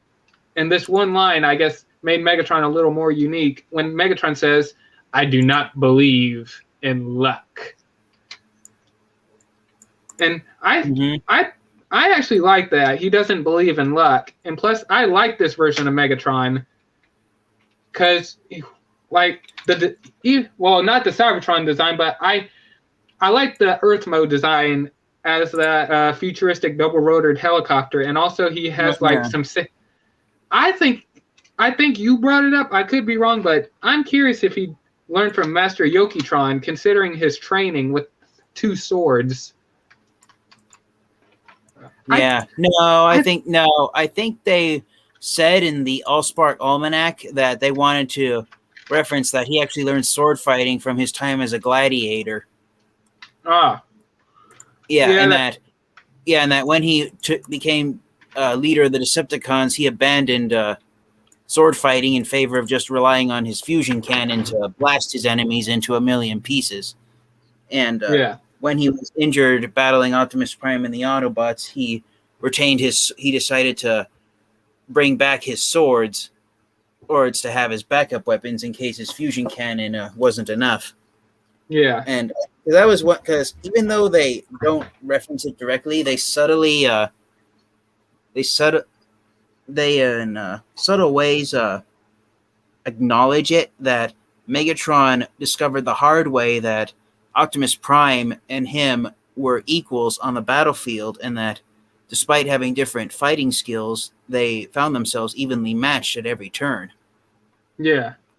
And that was one of my favorite moments in the series, when Optimus Prime snaps at Megatron, "My name is Optimus Prime," because throughout the series, Megatron refused to acknowledge his name. And if you actually go back and watch animated, Optimus Prime is the first Autobot Megatron actually references by name. That's always been a joke with the Transformers franchises, that going back to the G1 cartoon, is that the Decepticons view the Autobots as being inferior to them, and so they never reference them by their names. And the only Autobot who's the Decepticons referenced by name is Optimus Prime, due to the fact that he's neutralized Megatron's battle plans time and time and time and time and time again and again and again. Yeah. And I'm going to bring this up real quick, and I'm curious on your favorite episodes.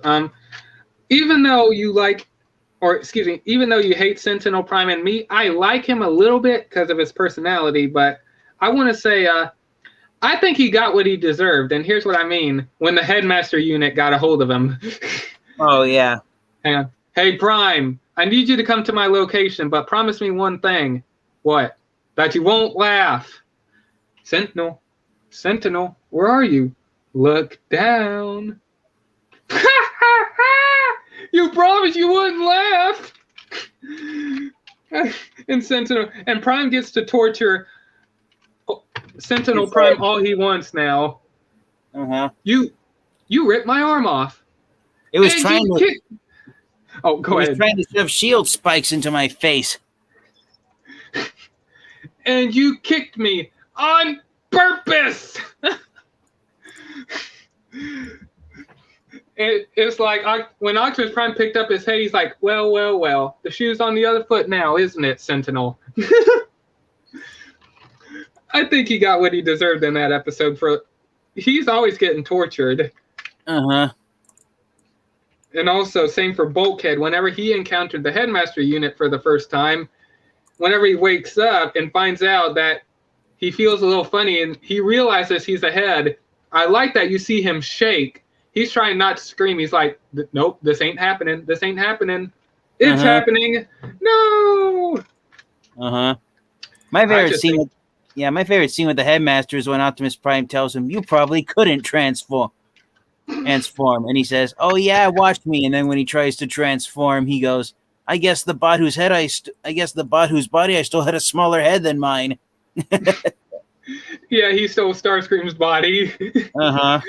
I just think it's funny that they can survive without their body. Like they could survive without their spark. And also, well, actually, I was going to say Starscream had to have died when his body was trashed. But hey, I forgot the Allspark there was an Allspark fragment in his head. Yeah, and that's what was keeping him alive. Because when Blitzwing and Lugnut go to check on Starscream's body, Lugnut tells Megatron his spark chamber is empty. He is dead. And so that's when you realized the only thing keeping Starscream alive was the Allspark fragment in his forehead. And so that's why when they finally reunited all of the Allspark's pieces into one, Starscream finally met his end. Yeah. And he died for good. Yeah. Yeah, he couldn't save his own life because the Allspark fragment was being like a magnet, being drawn to all the other Allspark fragments. And I want to say another one of my favorite characters is Swindle, and he was an arms dealer. I liked his character. Oh yeah. And also Long Arm Prime. I like that. I still feel bad for Wasp, even though that Bumblebee asked him for forgiveness. I still feel bad for him because Wasp and Nader, I should say, still felt like that they wouldn't believe the story anyways. And I enjoyed Long Arm Prime in that he was a double agent. He's definitely a unique version of a Shockwave. Yeah. And when I remember when I was collecting the Transformers animated action figures, I actually got the Target exclusive Shockwave. TFN Geek. I think it's Internet Crush. Uh-oh. Yeah, I think it. Hey, TFN Geek. Can you guys hear me? Yes. Yeah, so I was trying to say I got the Target exclusive purple version of Shockwave before I got the gray mass retail version. And so when they did the episode towards the end of season 3, when Shockwave finally reunites with Megatron and he says, "At long last, I once again serve you under my true colors," and he goes from gray to purple, that's when I realized, oh yeah, purple Shockwave is here. Yeah. And I enjoyed that. And I want to say this. I feel bad for what happened to Blur. And also Cliff Jumper did not know what that block of material was. All Long Arm Prime says, "Cliff Jumper, dispose of this sensitive material." "Aye, aye, sir," and then just throws it down a garbage chute. I know. And that was the end of Blur. Poor Blur. I know. He may have been fast, but he wasn't fast to avoid closing doors. And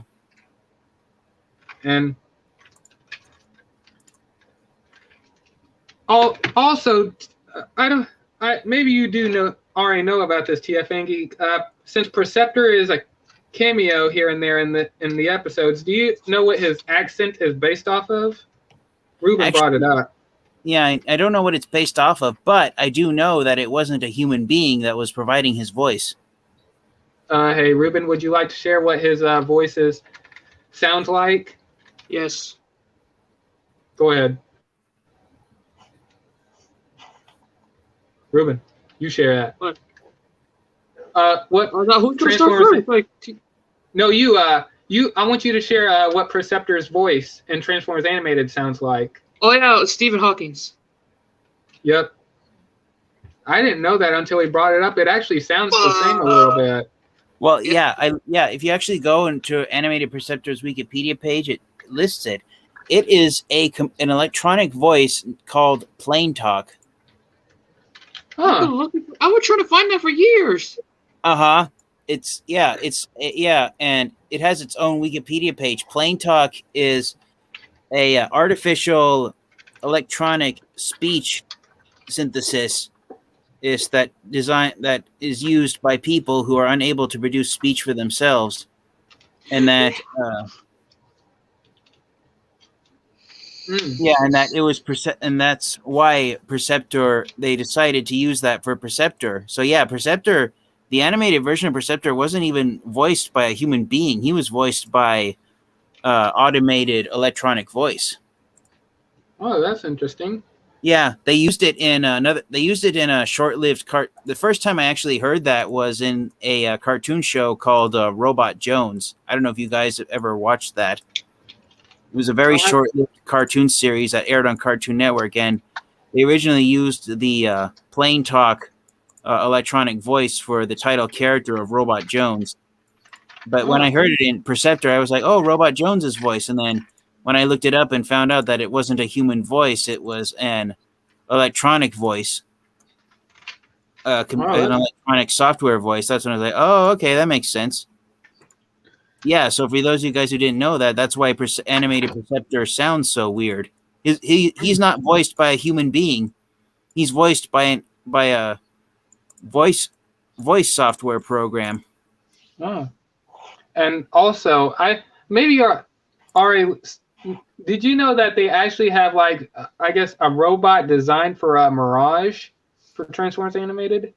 Yeah, they did, but then they scrapped it when they realized that there wasn't any room for Mirage among the crowd shots. Yeah. Just like Beachcomber was originally going to speak, but then they dropped it due to time constraints. Yeah, I still feel bad for what happens to Beachcomber. He's just complaining about his job. Like, I don't like this. Is just the boring. Like, carrying Energon was the most boring job, and here's I still like the look of him. And also, let me pull up his there's a better shot of his vehicle mode. Here's his vehicle mode again, Ruben. Yeah, the futuristic F1 car. Yeah, it actually looks pretty cool. It would have been cool to see him in the film, maybe as an elite guard character. Yeah. Ah, shit. And if I'm not mistaken, I could be wrong. I'm still rewatching it. Wheeljack never had a speaking part, if I'm not mistaken. I thought he spoke one sentence in the episode that introduced Perceptor, where we flash back to Cybertron when Ratchet is used to activate Omega Supreme. I think that's the only time we hear Wheeljack talk in animated. Like I said, I'm on episode 3 right now. I haven't finished it yet, but yeah, I'm rewatching the whole thing, and I'm definitely going to do a follow-up video on after this one. And Soundwave, we haven't even talked about Soundwave. No. Oh yeah, I forgot about him. Yeah, what do you guys think about Soundwave? Ruben, real quick, since you, what do you think about Soundwave's character in animated and how he was created? I guess created by Megatron as a toy. Then, sorry, abused the key. And long story short, you got Soundwaves were born. Yeah, the more she used the key, the more Soundwave evolved. Yes. Mama, where did Soundwaves come from? From this key. How about, and also I like that we do get a Sound Blaster in the, well actually it was a hallucination program, I believe. I'm going to have to go back and rewatch it. It was one of the episodes where the Autobots thought they were humans, I believe. Yeah. Yeah. And they all see a giant Sound Blaster. What do you think about Soundwave's character, TFN Geek? I think it was an interesting decision to have him be created on Earth instead of being a Cybertronian, an original Cybertronian Decepticon. I love the fact that we got to see both Laserbeak and Ratbat. Oh yeah. Yeah. No Ravage, but yeah. But I loved the fact that at the end of the first episode, when he's defeated by Sari and Bulkhead, that Soundwave, he's reduced to a tiny little cube that looks like Generation 1 Soundwave's cassette player alt mode. Yeah. Yeah. Yeah, Soundwave was built like Bulkhead just smashed him into tiny little pieces. And I like Soundwave's and also I like Soundwave's character, and here's why. Like, he believes all machines should be he wants all machines to think for themselves. Yeah. Yeah, but when he started off, he actually came to the conclusion that machines are superior to humans and that humans should be servants to machines instead of the other way around. Yeah. And I believe, if I could be wrong, but instead of following Megatron's lead, Soundwave was like out for himself. Uh-huh. Because I mean, I think like I said, I'm gonna rewatch the episode to make sure, but yeah, it felt like when Megatron was giving him orders, Soundwave did the exact opposite, and he just tried to create his own army. Well, it's because Soundwave developed his own brain and intelligence, and so Megatron discovered that he couldn't control him. So he just tried to manipulate Soundwave into wreaking havoc. Yeah, and yeah, hey, Soundwave has always been one of the loyal Decepticons, but now that title belongs to Lugnut, and Soundwave is just a traitor, and that doesn't follow orders in that season. Uh-huh. And I'm also want to bring this up. Is there, from the Trial of Megatron 3-parter, that those, I still don't remember the name of the YouTuber, but from what they did, what do you guys think about those first 3 episodes on some of the characters that appeared? I think it's making me wish that they had continued Transformers Animated and hadn't canceled it. Yeah, and that's another thing. I'm curious.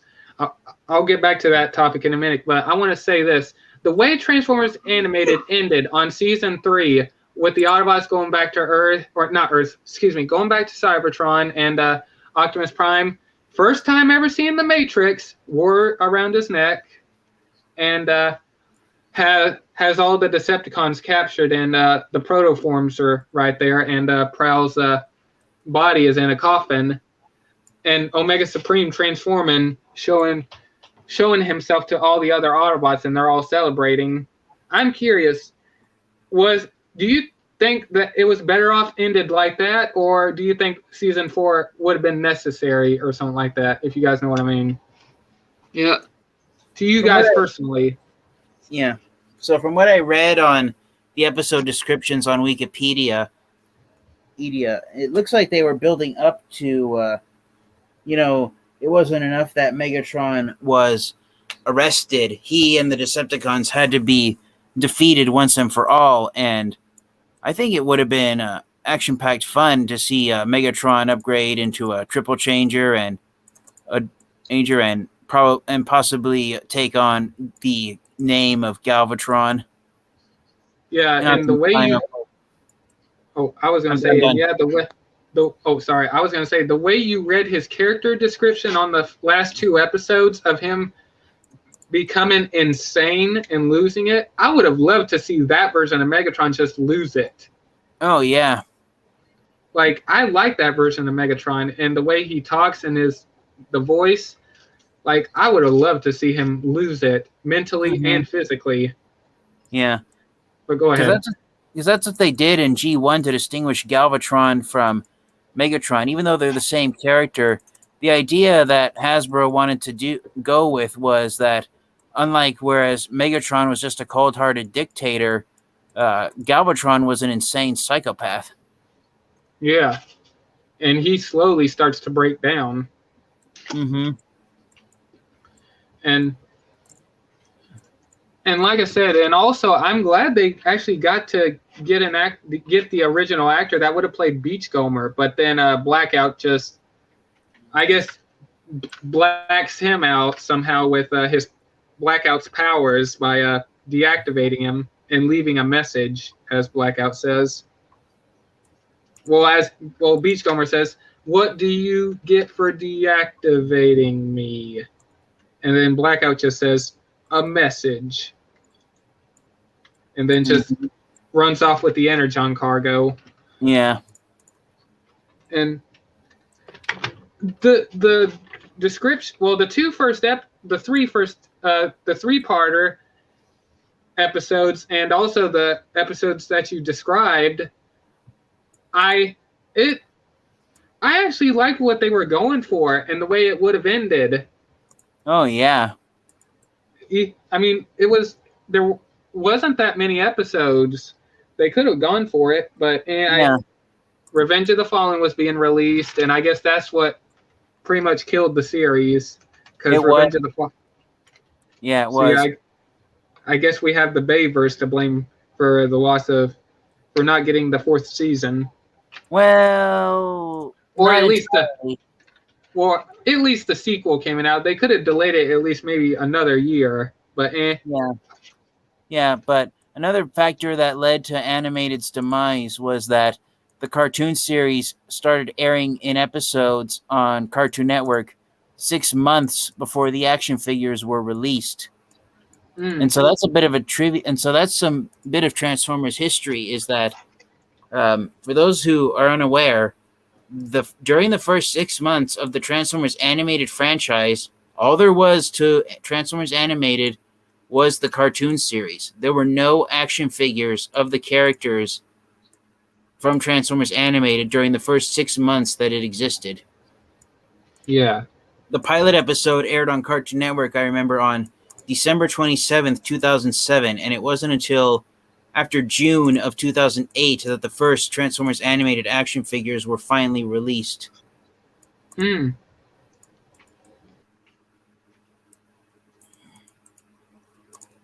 So yeah, that was another thing that kind of... go ahead. Yeah, that was that. Sorry, an ad popped up. Anyways, go ahead. But yeah, that was one of the things that kind of like doomed animated from the start to having like a very slow beginning, was that it took 6 months for the action figures to get released, and then the decision during the first season of Animated to have the main villains be human supervillains running around Detroit instead of having the Decepticons be any significant threat, that kind of made Transformers fans go, okay, this show's a little too different than what we've come to expect with a Transformers cartoon series. Yeah. And also, I like that we would have gotten Cyclonus in that season. Yeah. Well, we did get him in season 2. Oh, yeah.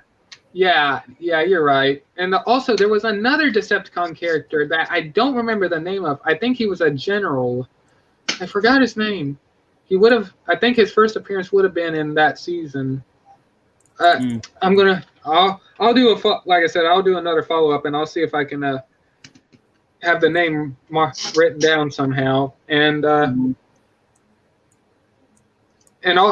one of my favorite parts, like I said, and this what made instantly, I think what made Sentinel Prime a little bit of my favorite character is, like I said, I did bring this up when Rattletrap, and I think it's funny that they just call him Rattletrap instead of Rat Trap. Hey, I guess we technically did get actually 2 Beast Wars characters. No, make it 3 actually. Black Arachnia, Waspinator, and Rattletrap or Rat Trap. Yeah. Well, boys, it's 12 o'clock. I'm going to bed, and it's official. I turned 21. I'm going. I'll see if I'll be doing another stream tomorrow for you, man. If you want to hang out. Yeah. I went to my local Target today, and the only Transformers figure they had that I did not have was the Buzzworthy Bumblebee Worlds Collide 4-pack. Oh, with Nemesis Primal? Yeah, Nemesis Primal, Fangry, Bumblebee, and Black Arachnia. And when I saw the price tag, I told myself, Nah, pretty much Too there's only 2 action figures in that set that are characters that we haven't gotten action figures of before from Hasbro, which are Nemesis Primal and Fangry. And I realized, no, it's not really worth the price tag that Target wants for it. Yeah. Well, I'm going to bed, boys. Good night, Yeah, I Ruben. might. All right, man. Happy birthday, man. Happy birthday, Thanks. Ruben. Thanks, guys. Yep. No problem, man. And yeah, as I was saying, when Rattletrap, since I guess that was Megatron's attorney, and I like that when Sentinel Prime realizes they might not win this court session or something like that, or they might not win this case, I should say. Rattletrap comes in and says that I have enough evidence to sue you. I'm not going to try to speak in his accent, but he says he has enough evidence to sue him for cruel and unusual punishment. And I like Sentinel Prime's voice actor, and I like how he presents the voice acting. He said he grabs him by the throat, I guess, and he says, "I'll show you cruel and unusual punishment." And to be honest, I wouldn't argue with Sentinel right there. I wouldn't mind if he just started punching him or beating him up right there, because I mean, I guess technically Rattletrap, and also one of the other episodes the first episode he appeared in, he says, I make no deals with Decepticons. And he goes on and makes deals with Decepticons. I guess he was another Decepticon spy. That was just crazy. No, he wasn't a Decepticon spy. He was just Go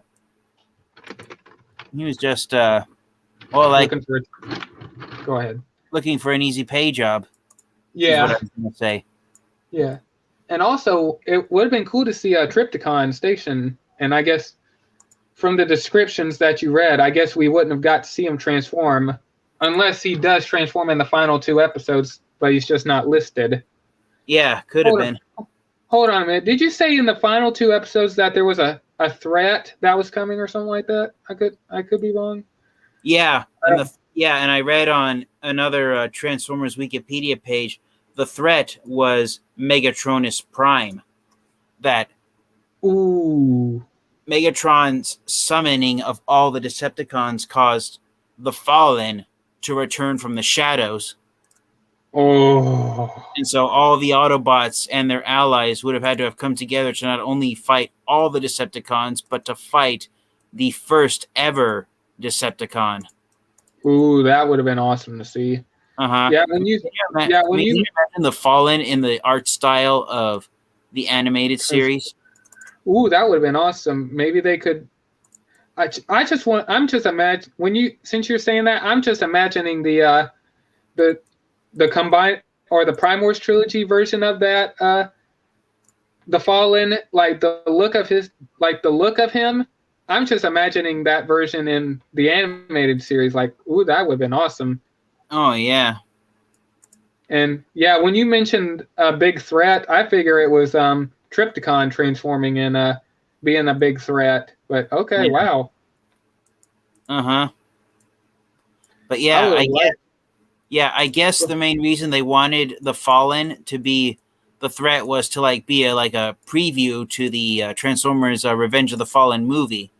So when you think about it, had season 4 not been canceled, it would have come out right before Revenge of the Fallen was released at movie theaters.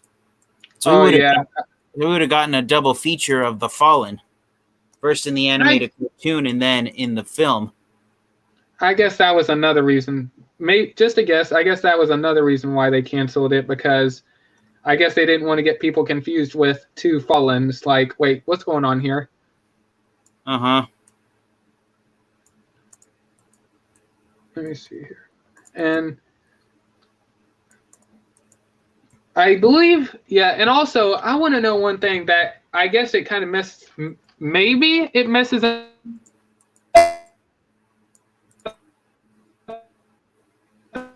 You're breaking up, or Master Starscream. Your microphone's messed up. All right, my bad. I cut out a little. No problem. As I was saying, the last time we see Rodimus, I feel like he mentioned himself as Rodimus Prime, but I'm just going to call him Rodimus. Yeah. The last time we see him is getting cosmic rust, and as if we saw him die, and somehow he would have managed to, or he would have came back in the 4th season. And I won't so what? Did he just get gassed? Gassed only and not rusted? I'm just curious how that would have worked. Like, unless there's 2 Rodimus Primes, because I mean, there's a lot of reuses of the Bumblebee mold here and there. Yeah, or unless somehow they brought him back to life with, I don't know, and also Megatron was going back to Earth for the techno-organic energon crystals. Uh-huh. Oh, excuse me. And also, I want to say this. After that part I mentioned with when Sentinel Prime is, I'll say this, threatening Rattletrap, I like how Megatron appears. Like, he appears from the shadows, and all the other Decepticons appear from the shadows, and he's like, oh, great, I messed up, because the way the actor describes it from the narration, he says, Sentinel says, oh, slag, and hangs his head. Like, he realized he messed up. Uh-huh. And also, I like that even though Optimus Prime got his a jetpack and he had to figure out how to use it, Sentinel Prime was having a hard time using his Power Master armor that malfunctioned, only for Bumblebee to save him. Uh-huh. And I'm curious, is there any thing from the descriptions and also, I guess, from the first 3 narrations of season 4 for the Trial of Megatron, is there anything that you actually enjoy from the reading and also, I guess, from what we got already? Yeah, I enjoyed the fact that Ironhide ended up being drawn to Optimus Prime's method of thinking and how the Decepticons are handled and what the best battle plans to carry out are, and how by the end of the 3rd episode, when the Autobots travel to Earth, the Autobots that join Optimus Prime, because Bulkhead and RC decide to stay behind on Cybertron with Omega Supreme, and so the Autobots that end up going to Earth are Optimus Prime, Bumblebee, Jazz, Ironhide, and Ratchet. Yeah. So you have the 5 Autobots that were featured in the first live-action film. Yeah. I also like that's the first time Ironhide was ever on Earth, and him and Jazz have a talk. Like, I don't remember how it was described, but Ironhide is unsure about Earth, and Jazz comes up behind him and says, "You are going to dig Earth, my man." Uh-huh. Oh my gosh. Uh-huh. What I would have loved is what I hope they do is have Ironhide, when he scans an Earth vehicle, it's just a plain red van design of Ratchet's ambulance. So they still have the same body type. Oh, I'm gonna laugh if they do that. Uh-huh. And also, I like that Ironhide is still carrying out his assignment that Sentinel Prime gave him to follow Optimus Prime and keep an eye on him. Mm-hmm. And also, I like how respectful Ironhide is. And here's what I mean: like, after Optimus Prime and them leave Trypticon City, and Optimus Prime saves Ironhide, I like that. Optimus Prime was saying something like, "You did good, kid." And then here's what I like: Optimus Prime says, "You did good, kid," and Ironhide looks at him and says, "Thank you, sir," and salutes. Oh yeah. I just like Ironhide. Yeah, I enjoy what they're doing, and I'm hoping they do the rest of the episodes, and that I'm gonna hope they do that. Because what they're doing is good, awesome, and plus, at least we're getting season 4 in a different way through narration with the same actors, which makes it better, in my opinion. Yeah, that makes it all the more entertaining. Oh yes, and I forgot the name of the narration robot. God darn it, Uplink. yeah, Uplink was the news robot. Mm-hmm. I guess he's an original character, I believe. So Yeah, I think so. yeah, that's awesome. Because when you think about it, there were quite a few original characters introduced in Transformers Animated. You got Lockdown, Slipstream, Yokotron. Oh yes. Uh-huh. And I'm curious. Go ahead. I can't remember if there were any new Autobots introduced for the first time in Transformers Animated. I think the closest would be Waspinator's Autobot alter ego of Autobot Wasp. I'm trying to think. I would want to say Rattletrap, but he's basically Rat Trap with a different name and an Autobot logo on him. Yeah. I'm trying to think. But I'm just correct me if I'm wrong, was Red Alert that female Autobot that got ate by the robot frog that was trying to help a Hotshot? Yeah, the robot frog, he's a Decepticon named Spidor. Oh, yeah. And so that was Red Alert. For some reason, they decided to make Red Alert a female Transformers character. Don't ask me why. Hey, don't ask why Starscream had a female personality side to him. Uh-huh. And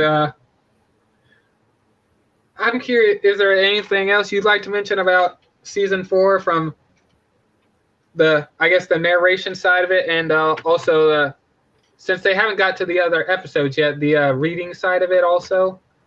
There's not much else to say except the fact that I hope that if they decide to do recordings of all the episode scripts, that when Megatron upgrades into a triple changer, I hope that he changes his name to Galvatron.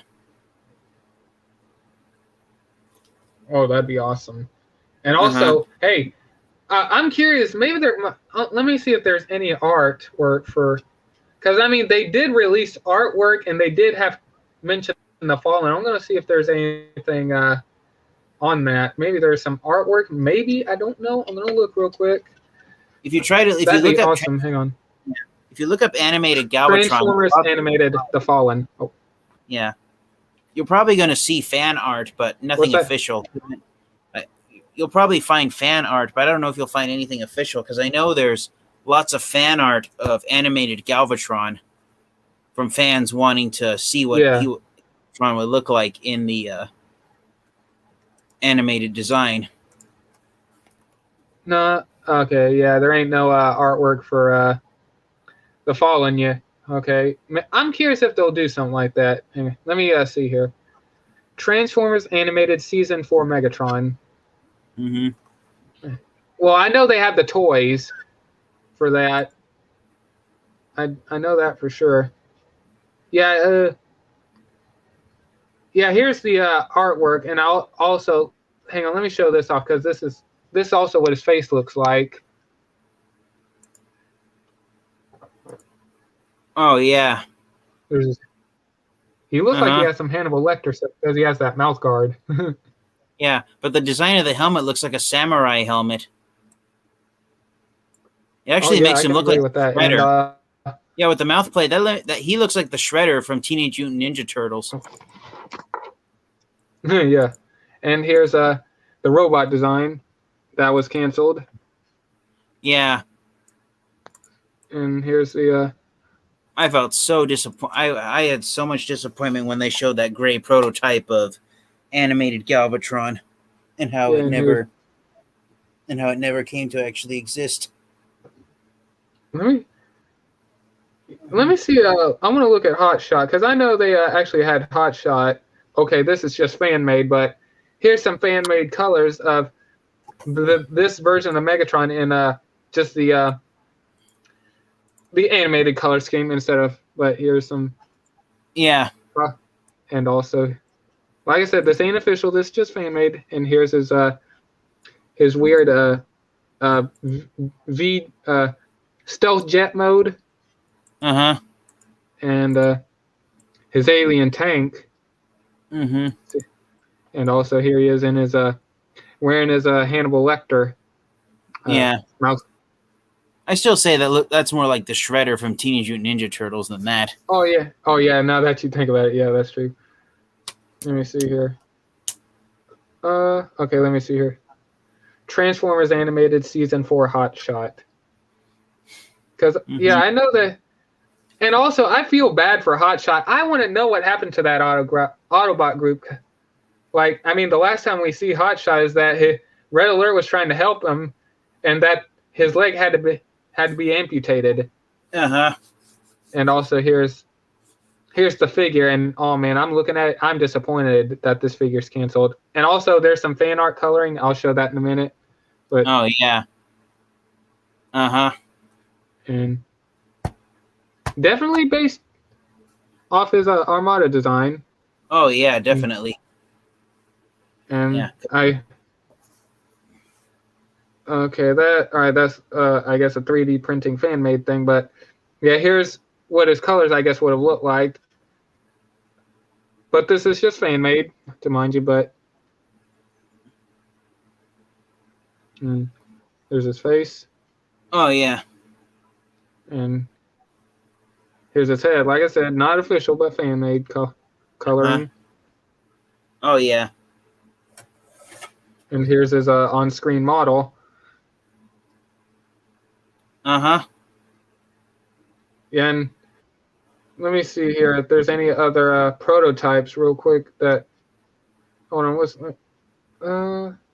okay, I thought that was another figure. And also, you said they canceled one of the Seekers? Yeah, Voyager class Thundercracker. Oh gosh, poor Thundercracker. Let me see here. Transformers Animated Season 4 figures canceled. Let me see here. Oh darn it. I'm looking. And okay, I don't know much about these, but are these? I guess these are. Yeah, I guess these are two. These are some canceled ones, I believe. Yeah, Goldfire Grimlock and Hyperdrive Bumblebee. That Bumblebee looks real good. Let me zoom in on him. Yeah, he does have translucent plastic, but still, he looks good. Oh yeah. And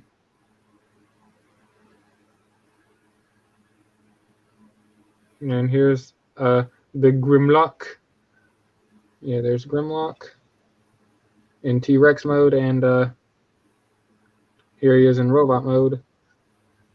Yeah, I remember when this figure was being shown on the at the Comic-Con conventions or whatever, and he was being displayed in the display case.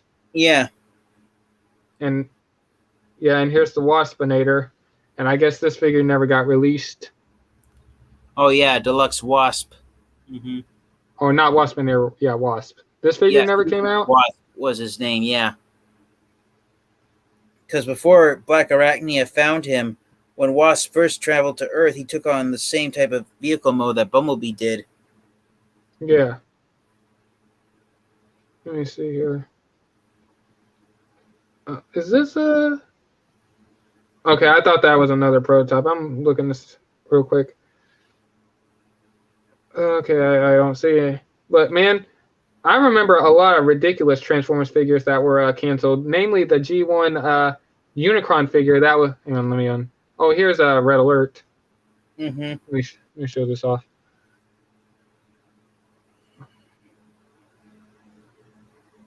And man, I feel bad for what happened to her on how she died, though. Oh yeah. Or if she was just damaged, and also there's Wheeljack. Yeah, but hang on a minute. Shoot. Yeah, I don't. Oh, also, were the Constructicons? Did they show off the prototypes of those? No, I don't think they ever got past the past the design stage. Yeah, here's some. I guess these are fan made. This is fan made stuff right here, or some 3D printing. I can't tell, but yeah, here's. Yeah, that's fan made stuff. Yeah, and it looks good though. Like, I mean, gosh, they could transform. They look really accurate. That's like, the thing. A handful of ardent fans who wanted to have animated versions of the Constructicons did make screen-accurate transforming figures of them, so we're left to question if fans could do it on their own, why couldn't Hasbro do it? Yeah. I'm curious, what was the name of this character? Hold on, this is some more fan made, but let me zoom in on this character because I think you'll know. I know this character appeared in Beast Machines. That character right there. Yeah, that's Strika. Yeah. She's a female, if I'm not mistaken. I couldn't tell from the voice that. Yeah, it's kind of hard to tell from the voice. Yeah, well, the thing with Strika is that, that's the thing. Strika is a female Transformers character. She actually appeared in the final season of Cyberverse, but they couldn't get a registered trademark on her original name, so they renamed her Alpha Strike in the Cyberverse series. The thing with Strika is that she is a female Transformers character, but she's so heavily basically if she was turned into a human, she'd be a bodybuilder who'd be so muscular it almost looked like she'd have a male wrestler's body. If that makes sense.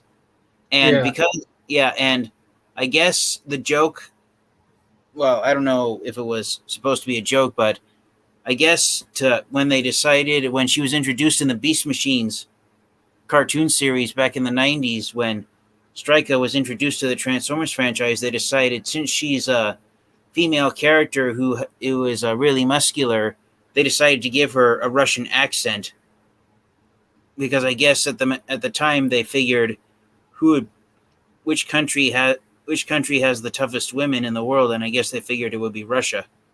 Yeah. That's why Strika has a unique voice. She speaks with a Russian accent. Yeah, I'm going to show off a couple more things real quick, then I'll head out.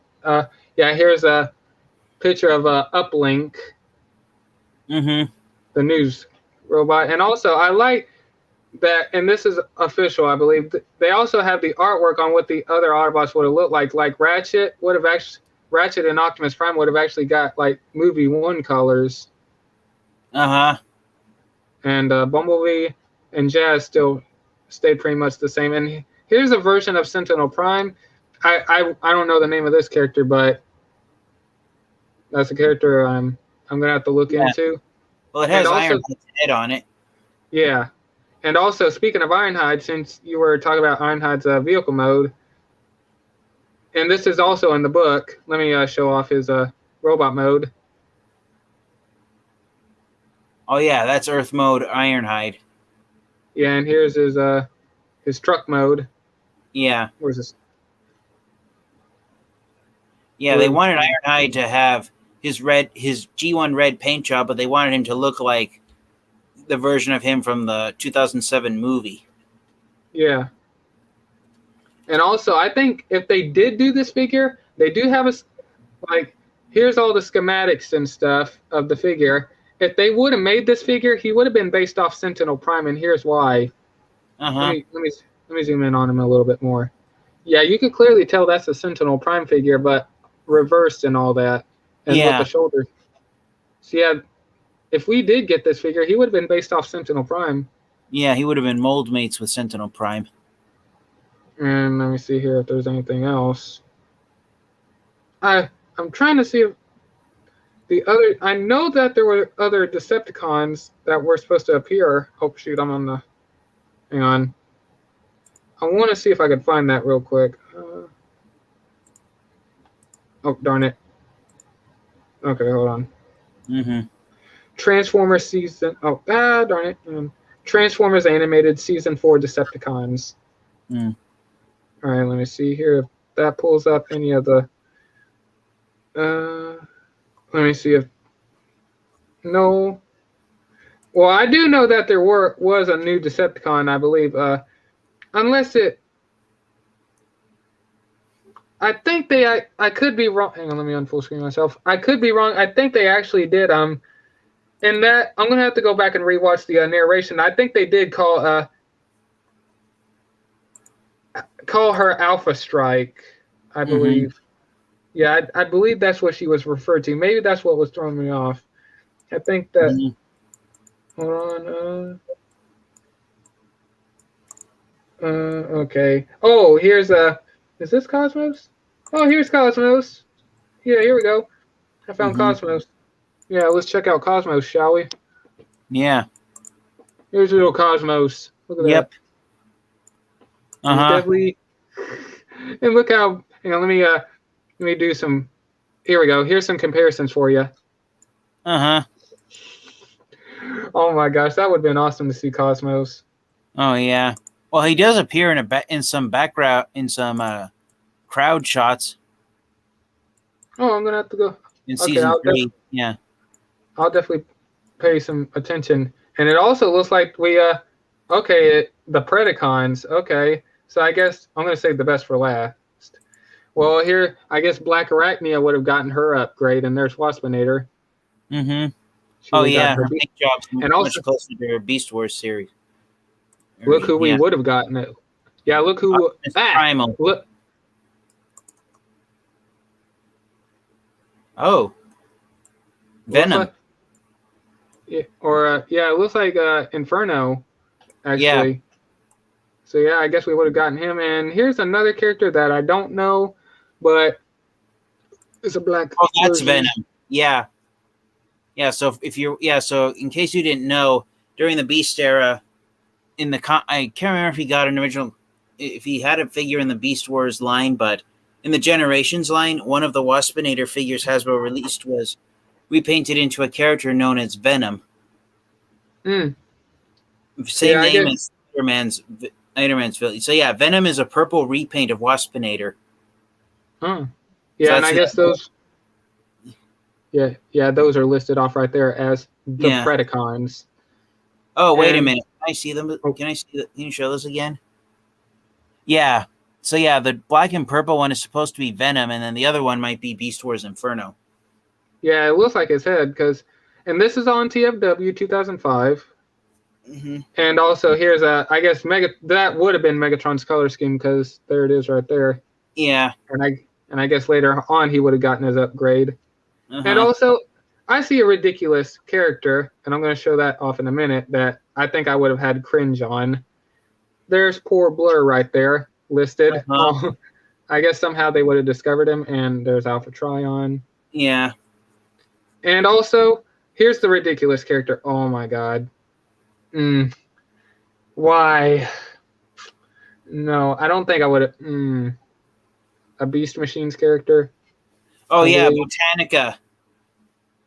That was a Beast Machines character, if I'm not mistaken. Yeah, Botanica was in the Beast Machine series. Botanica transforms from a robot into a tree. She's a plant former. A tree former. More techno-organics. Oh my gosh. I don't know how it would. Yeah, and Oh my because God. Botanica transforms into a tree, when she's in her robot mode, instead of having actual legs, she has a trunk that ends in a base of roots. So that's why that animated version of her has that one leg design. Because, so essentially, it's only the upper half of her body that transforms from a robot into a tree. Oh my gosh. Wow. They actually were going to do a Beast Machines character. Wow. Yeah. And also, here's Brawn. Yeah. And also, I just think it's funny. It's probably going to be hard for me. Let me see if I could do this with my screen. Maybe I could show this off. Okay, yes, I can. Hold on a minute. Okay, yeah. I just think it's funny that that Dirt Boss, or hang on, it's kind of hard to tell, but if you look at it in person, Cosmos is a little bit bigger than Dirt Boss, besides the forklift pieces. Yeah, the forklift arms. Yeah. And let me see here. Oh, darn it. Okay, for a minute I thought Redgar had a different faction logo, but wow, I can't believe they were actually. So not only they were going to do some Predacons and all that, they were actually going to do a Beast Machines character. Nice. I wouldn't know how I'd feel about that, but okay.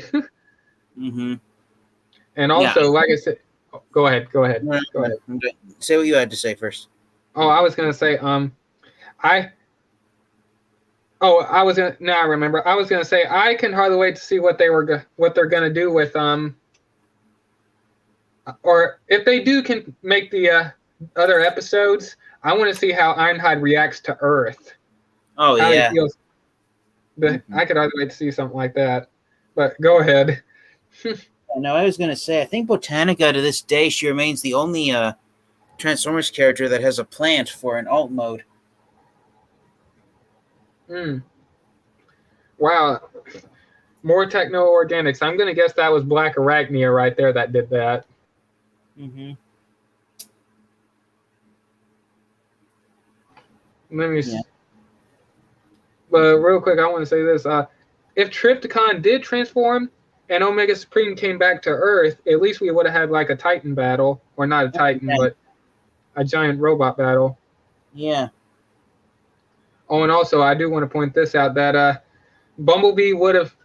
And also, this is part of the dubbed, or the... Excuse me, not dubbed. The narration with all the actors and all that Bumblebee would have gotten his elite guard stripes. Well, Sentinel Prime was using Bumblebee, and I feel bad for Bumblebee at that point because a lot of the Autobots won't even talk to him. Like they're just ashamed of him. Mm-hmm. And it's only in the court scene where he calls out Sentinel and he lets go of his what he really wanted. Mm-hmm. But yeah. And is there anything else you'd like to mention real quick? Nope, nothing I can think of. Yeah, I'm gonna definitely go back and rewatch all the animated episodes, and every time they're on the Cybertron scene or any scene, I'm definitely gonna pay attention to the background and oh yeah. When they're on Cybertron, pause the episodes when they're on the screenshots of the crowds because just about every character there is a version of a character that was introduced in the previous series. Because I think even Huffer and Pipes appear in one crowd shot. Let me see real quick. And also, I know Trax for sure did. Oh yeah, Transformers animated Trax. Yeah, Trax had glasses. Oh yeah, he did. Let me. I'm gonna full screen myself. You said Huffer and Pipes also. Yeah, I believe in one episode, in one crowd shot, Huffer and Pipes appeared. Yeah, I'll definitely look at that. Yeah, and that Huffer and Pipes, the animated versions of Huffer and Pipes were released by a third-party company several years ago. Hmm. Yeah, and then people tell us that the animated versions of Huffer and Pipes, they had mustaches, but in robot mode, the way their paint job was designed, it looked like they had overalls. So a lot of people said that animated Huffer and Pipes look like Mario and Luigi. Yeah, here's a... Oh, shoot, there is Beachcomber right there. Okay. Okay, I see the screen. Yeah, here's a... Let me kill my lamp. Hang on, I'm going to rotate the screen for a little bit better quality because it's going to be hard to tell with the reflection. Mm-hmm. Here we go.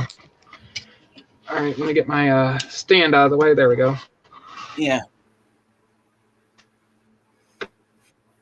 And I can't see it. Your screen froze.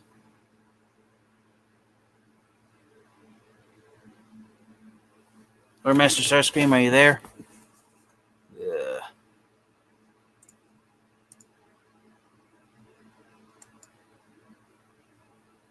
Master Starscream, are you there? Okay, well, Lord Master Starscream has full screened himself, but his screen froze, so I don't know if it's him or if it's me. My internet's still working. So I will say this, since he's full screened and I can't show myself, I'll talk and say this, that I believe they did appear. Okay, Lord Master Starscream's having to fix his internet connection. But yeah, I believe that animated Huffer and Pipes did appear in one crowd shot in the animated series, because I know some of the characters that cameoed in the crowd shots included Cosmos. I'm looking it up right now. All right, there we go. Yeah. Hi, darn it. Yeah, I'm going to watch my internet right there. Let me. Can you still hear me? Yeah, can hear you perfectly. Okay. Let me restart all this real quick. All right. Let me check my. Yeah, there's a Huffer behind the Auto Trooper right there with a mustache. And I think I was cut out on this one, but yeah, there's a. I said it was Alita, but there's a familiar, but it's not Alita one because Alita was a Black Arachnia, but there's a familiar female Autobot back there. Yeah. And let me does that Autobot right there seem familiar? That's a character I don't. This one right here, because I don't think I'm familiar. That's main. I think that's supposed to be Windcharger or Mainframe. It's either supposed to be Windcharger or Mainframe. Yeah, I have the same image on my computer screen. So the so in that crowd shot, the Autobot characters that appear here. Well, okay, you have a different. Okay, you're looking at a different one than I am, but I'll see if I could find another one because I have a couple more. Yeah. And there's Warpath right there, and there's a little Cosmos right there, tiny little character. Yeah, the characters. I believe that a character you pointed to. I believe that's supposed to be main. It's either Windcharger or Mainframe. I think it's supposed to be Windcharger, and then there's Warpath, Cosmos, Huffer, and Trax, Rattletrap. Oh, there, and here's a Beachcomber. Yep, in front of Wheeljack, and then I believe the white Transformer there. What'd you call him? I called him an Auto Trooper because that's what he kind of. I think he's listed at. Yeah, that's an Auto Trooper. Yeah, and then the female Transformers to the right, on the right side of that image, to the right here. Yeah, I believe that's supposed to be Rosetta. She's a female Autobot cassette who is partnered with. She's definitely and also let me I think the. Here's some better images. We got some. Yeah. All right. Oh, we got a whole. Yeah. That's Rosetta, and then next to her is Firestar, and I believe that's supposed to be a Moonracer, and Moonracer is all the way on the left side on the screen. Her face is slightly cut off, and I don't know who the female Transformer waving behind them with her arms in the air is supposed to be. But yeah, the three female Autobots in front are Rosetta, Firestar, Moonracer. I think that could be Greenlight. What was the name of the Generation Selects orange female Transformer that was released? I think it could be her because she's Lancer? Orange. Yeah, Lancer. Yeah, that could be her, maybe. I'm looking at it right now. I think that's actually supposed to be green because. Yeah, I think that might be Greenlight because one of the things about Greenlight is that she has prominent ears. Oh. Yeah, I think that's supposed to be Greenlight. But yeah, that pink and white female Autobot her name is Rosetta. Oh, nice. Yeah, and there's the Auto Trooper, and there's Huffer back there. I think that's either Mainframe or Windcharger. I think it's supposed to be Windcharger. Yeah, and there's there's Warpath and Cosmos back there, and here's Beachcomber. And Trax, and there's Rattletrap and Wheeljack. I definitely like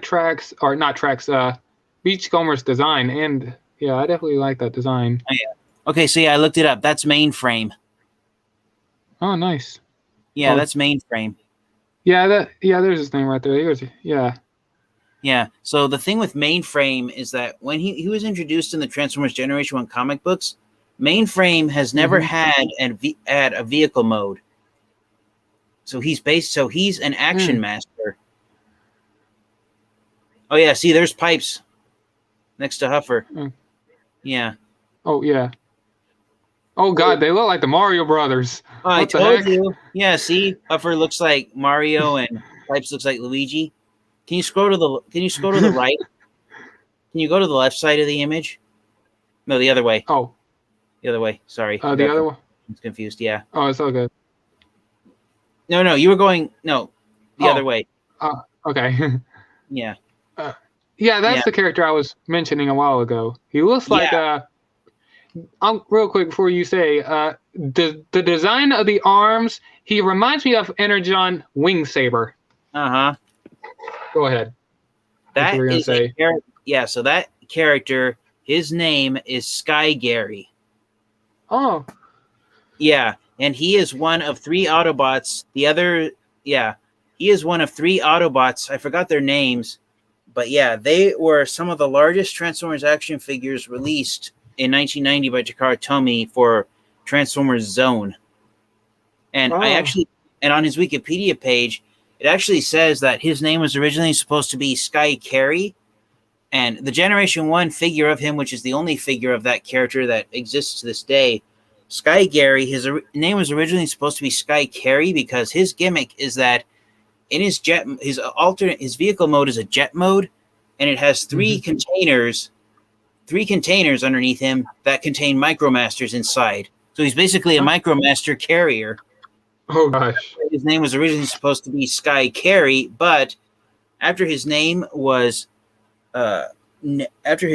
created, apparently there was a smudge on the letter in the second word of his name, and so instead of a C, it was read as a G. So instead of Sky Carey, his name ended up being Sky Gary. Oh gosh. Wow. And his name is spelled SkyGarry, Sky Gary. Yeah, and then his teammate is the large Autobot standing next to him. Yeah, who's this character? That is a Autobot character named Grandis. So Grandis and Sky Gary, along with Star Convoy, Optimus Prime, when he's upgraded into his final form. You know who Star Convoy is, Lord Master Starscream? Yeah. Yeah, so those 2 Autobots... so when Optimus Prime upgraded into Star Convoy, he teamed up with those 2 Autobots right there, Sky Gary and Grandis, and they formed a team of Autobots. I can't remember what their what their team name was, but in some of Hasbro, in some of Takara Tomy's product photos, it shows that the 3 of them could combine their vehicle modes. Grandis attached to the back of Star Convoy, and then Sky Gary sat on top of Grandis. Here they are. I found their team name. They were known as the Autobot Battle Stars. Yeah, and he also has Sky Gary definitely has a star on his chest if you look right there. Yeah. But yeah, that was the gimmick with them, is that they were Autobots that transformed into Micromaster bases and vehicle modes, and they could combine into their own vehicle mode. And the thing with and so that was the gimmick with them. And to this day, the only action figures of those characters that exist are the G1 action figures. The only one that's got an update has been Star Convoy. And also, the big boy right there, what's his name again? Grandis. Yeah, Grandis almost killed, or he tried to step on, oh, darn it. I forgot his name. The cop. Captain Fanzone. Yeah, I liked his character. I'm like I said, I'll do a follow-up video talking more about it, but I like Captain Fanzone. This is why I hate machines. So for those, so if you're wondering why Grandis has the same body type as Bulkhead, just look on your internet search engine, Transformers Grandis, and he's basically a Transformers figure that's all muscle. He's all torso, actually. He has tiny arms, tiny legs, and a tiny head attached to a large torso. And that's the thing that Transformers fans have pointed out. You know how Star Convoy got an updated figure by Takara Tomy? It was a retool of the Power of the Prime's Leader Class Optimus Prime figure. To produce decent-sized, updated, modern-day figures of Grandis and Sky Gary, Grandis would have to be a Commander class-sized figure, and Sky Gary would have to be a Leader class figure as well. Oh gosh. Yeah. Yeah. Darn it. And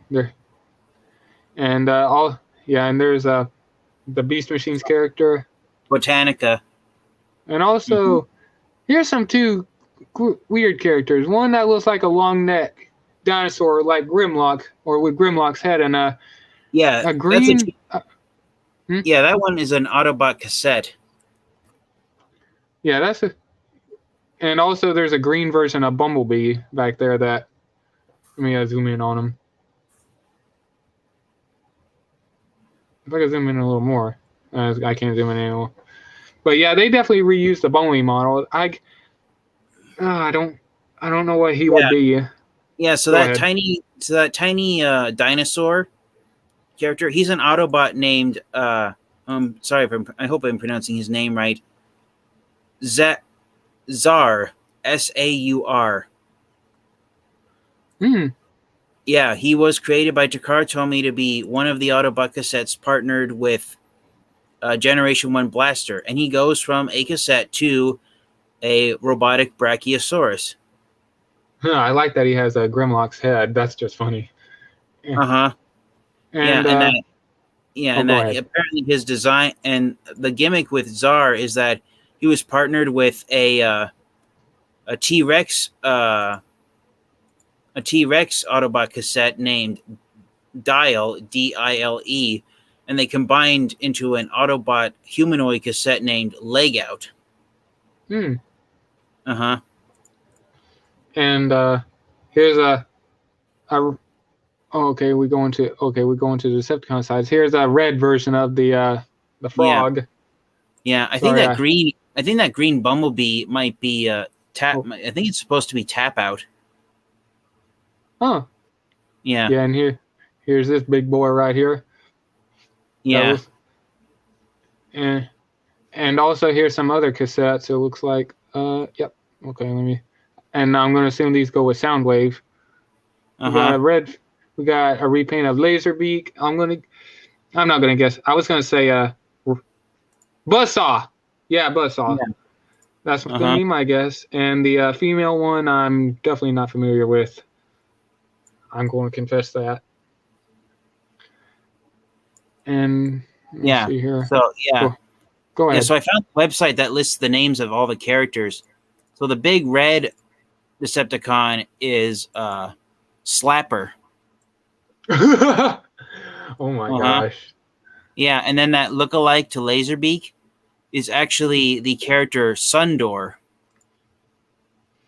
Hmm. Yeah, Sundor was originally a Decepticon cassette, but then he pretended to betray the Decepticons and joined Blaster and the Autobot cassettes. And it was all just a setup to go undercover. And when they found out that he had been a Decepticon all along, Blaster and the Autobot cassettes tore Sundor apart. And the franchise that Sundor was introduced to, the Transformers franchise, was the Kiss Players franchise. Oh gosh. Yeah. And then the female Decepticon besides Sundor, her name is Flipsides. Hmm. Yeah. Yeah, she's a female Decepticon cassette. So yeah, those are the Decepticons there. Let me see here. There's a... Yeah. Was this a... Okay, that's... I guess I'm trying to see if there's any more crowd shots. Oh, wait, here's a... Yeah, that's when Captain Penzone is transported to Cybertron. Yeah. Oh, hey, there's a... Steeljaw. Yeah, Steeljaw. Yeah, and there's Tap Out, and there's a white version of Bumblebee right there. Kind of hard to tell. Yeah. Yeah, could be Bugfight. There's Huffer. Oh, yeah, and there's the Brachiosaurus.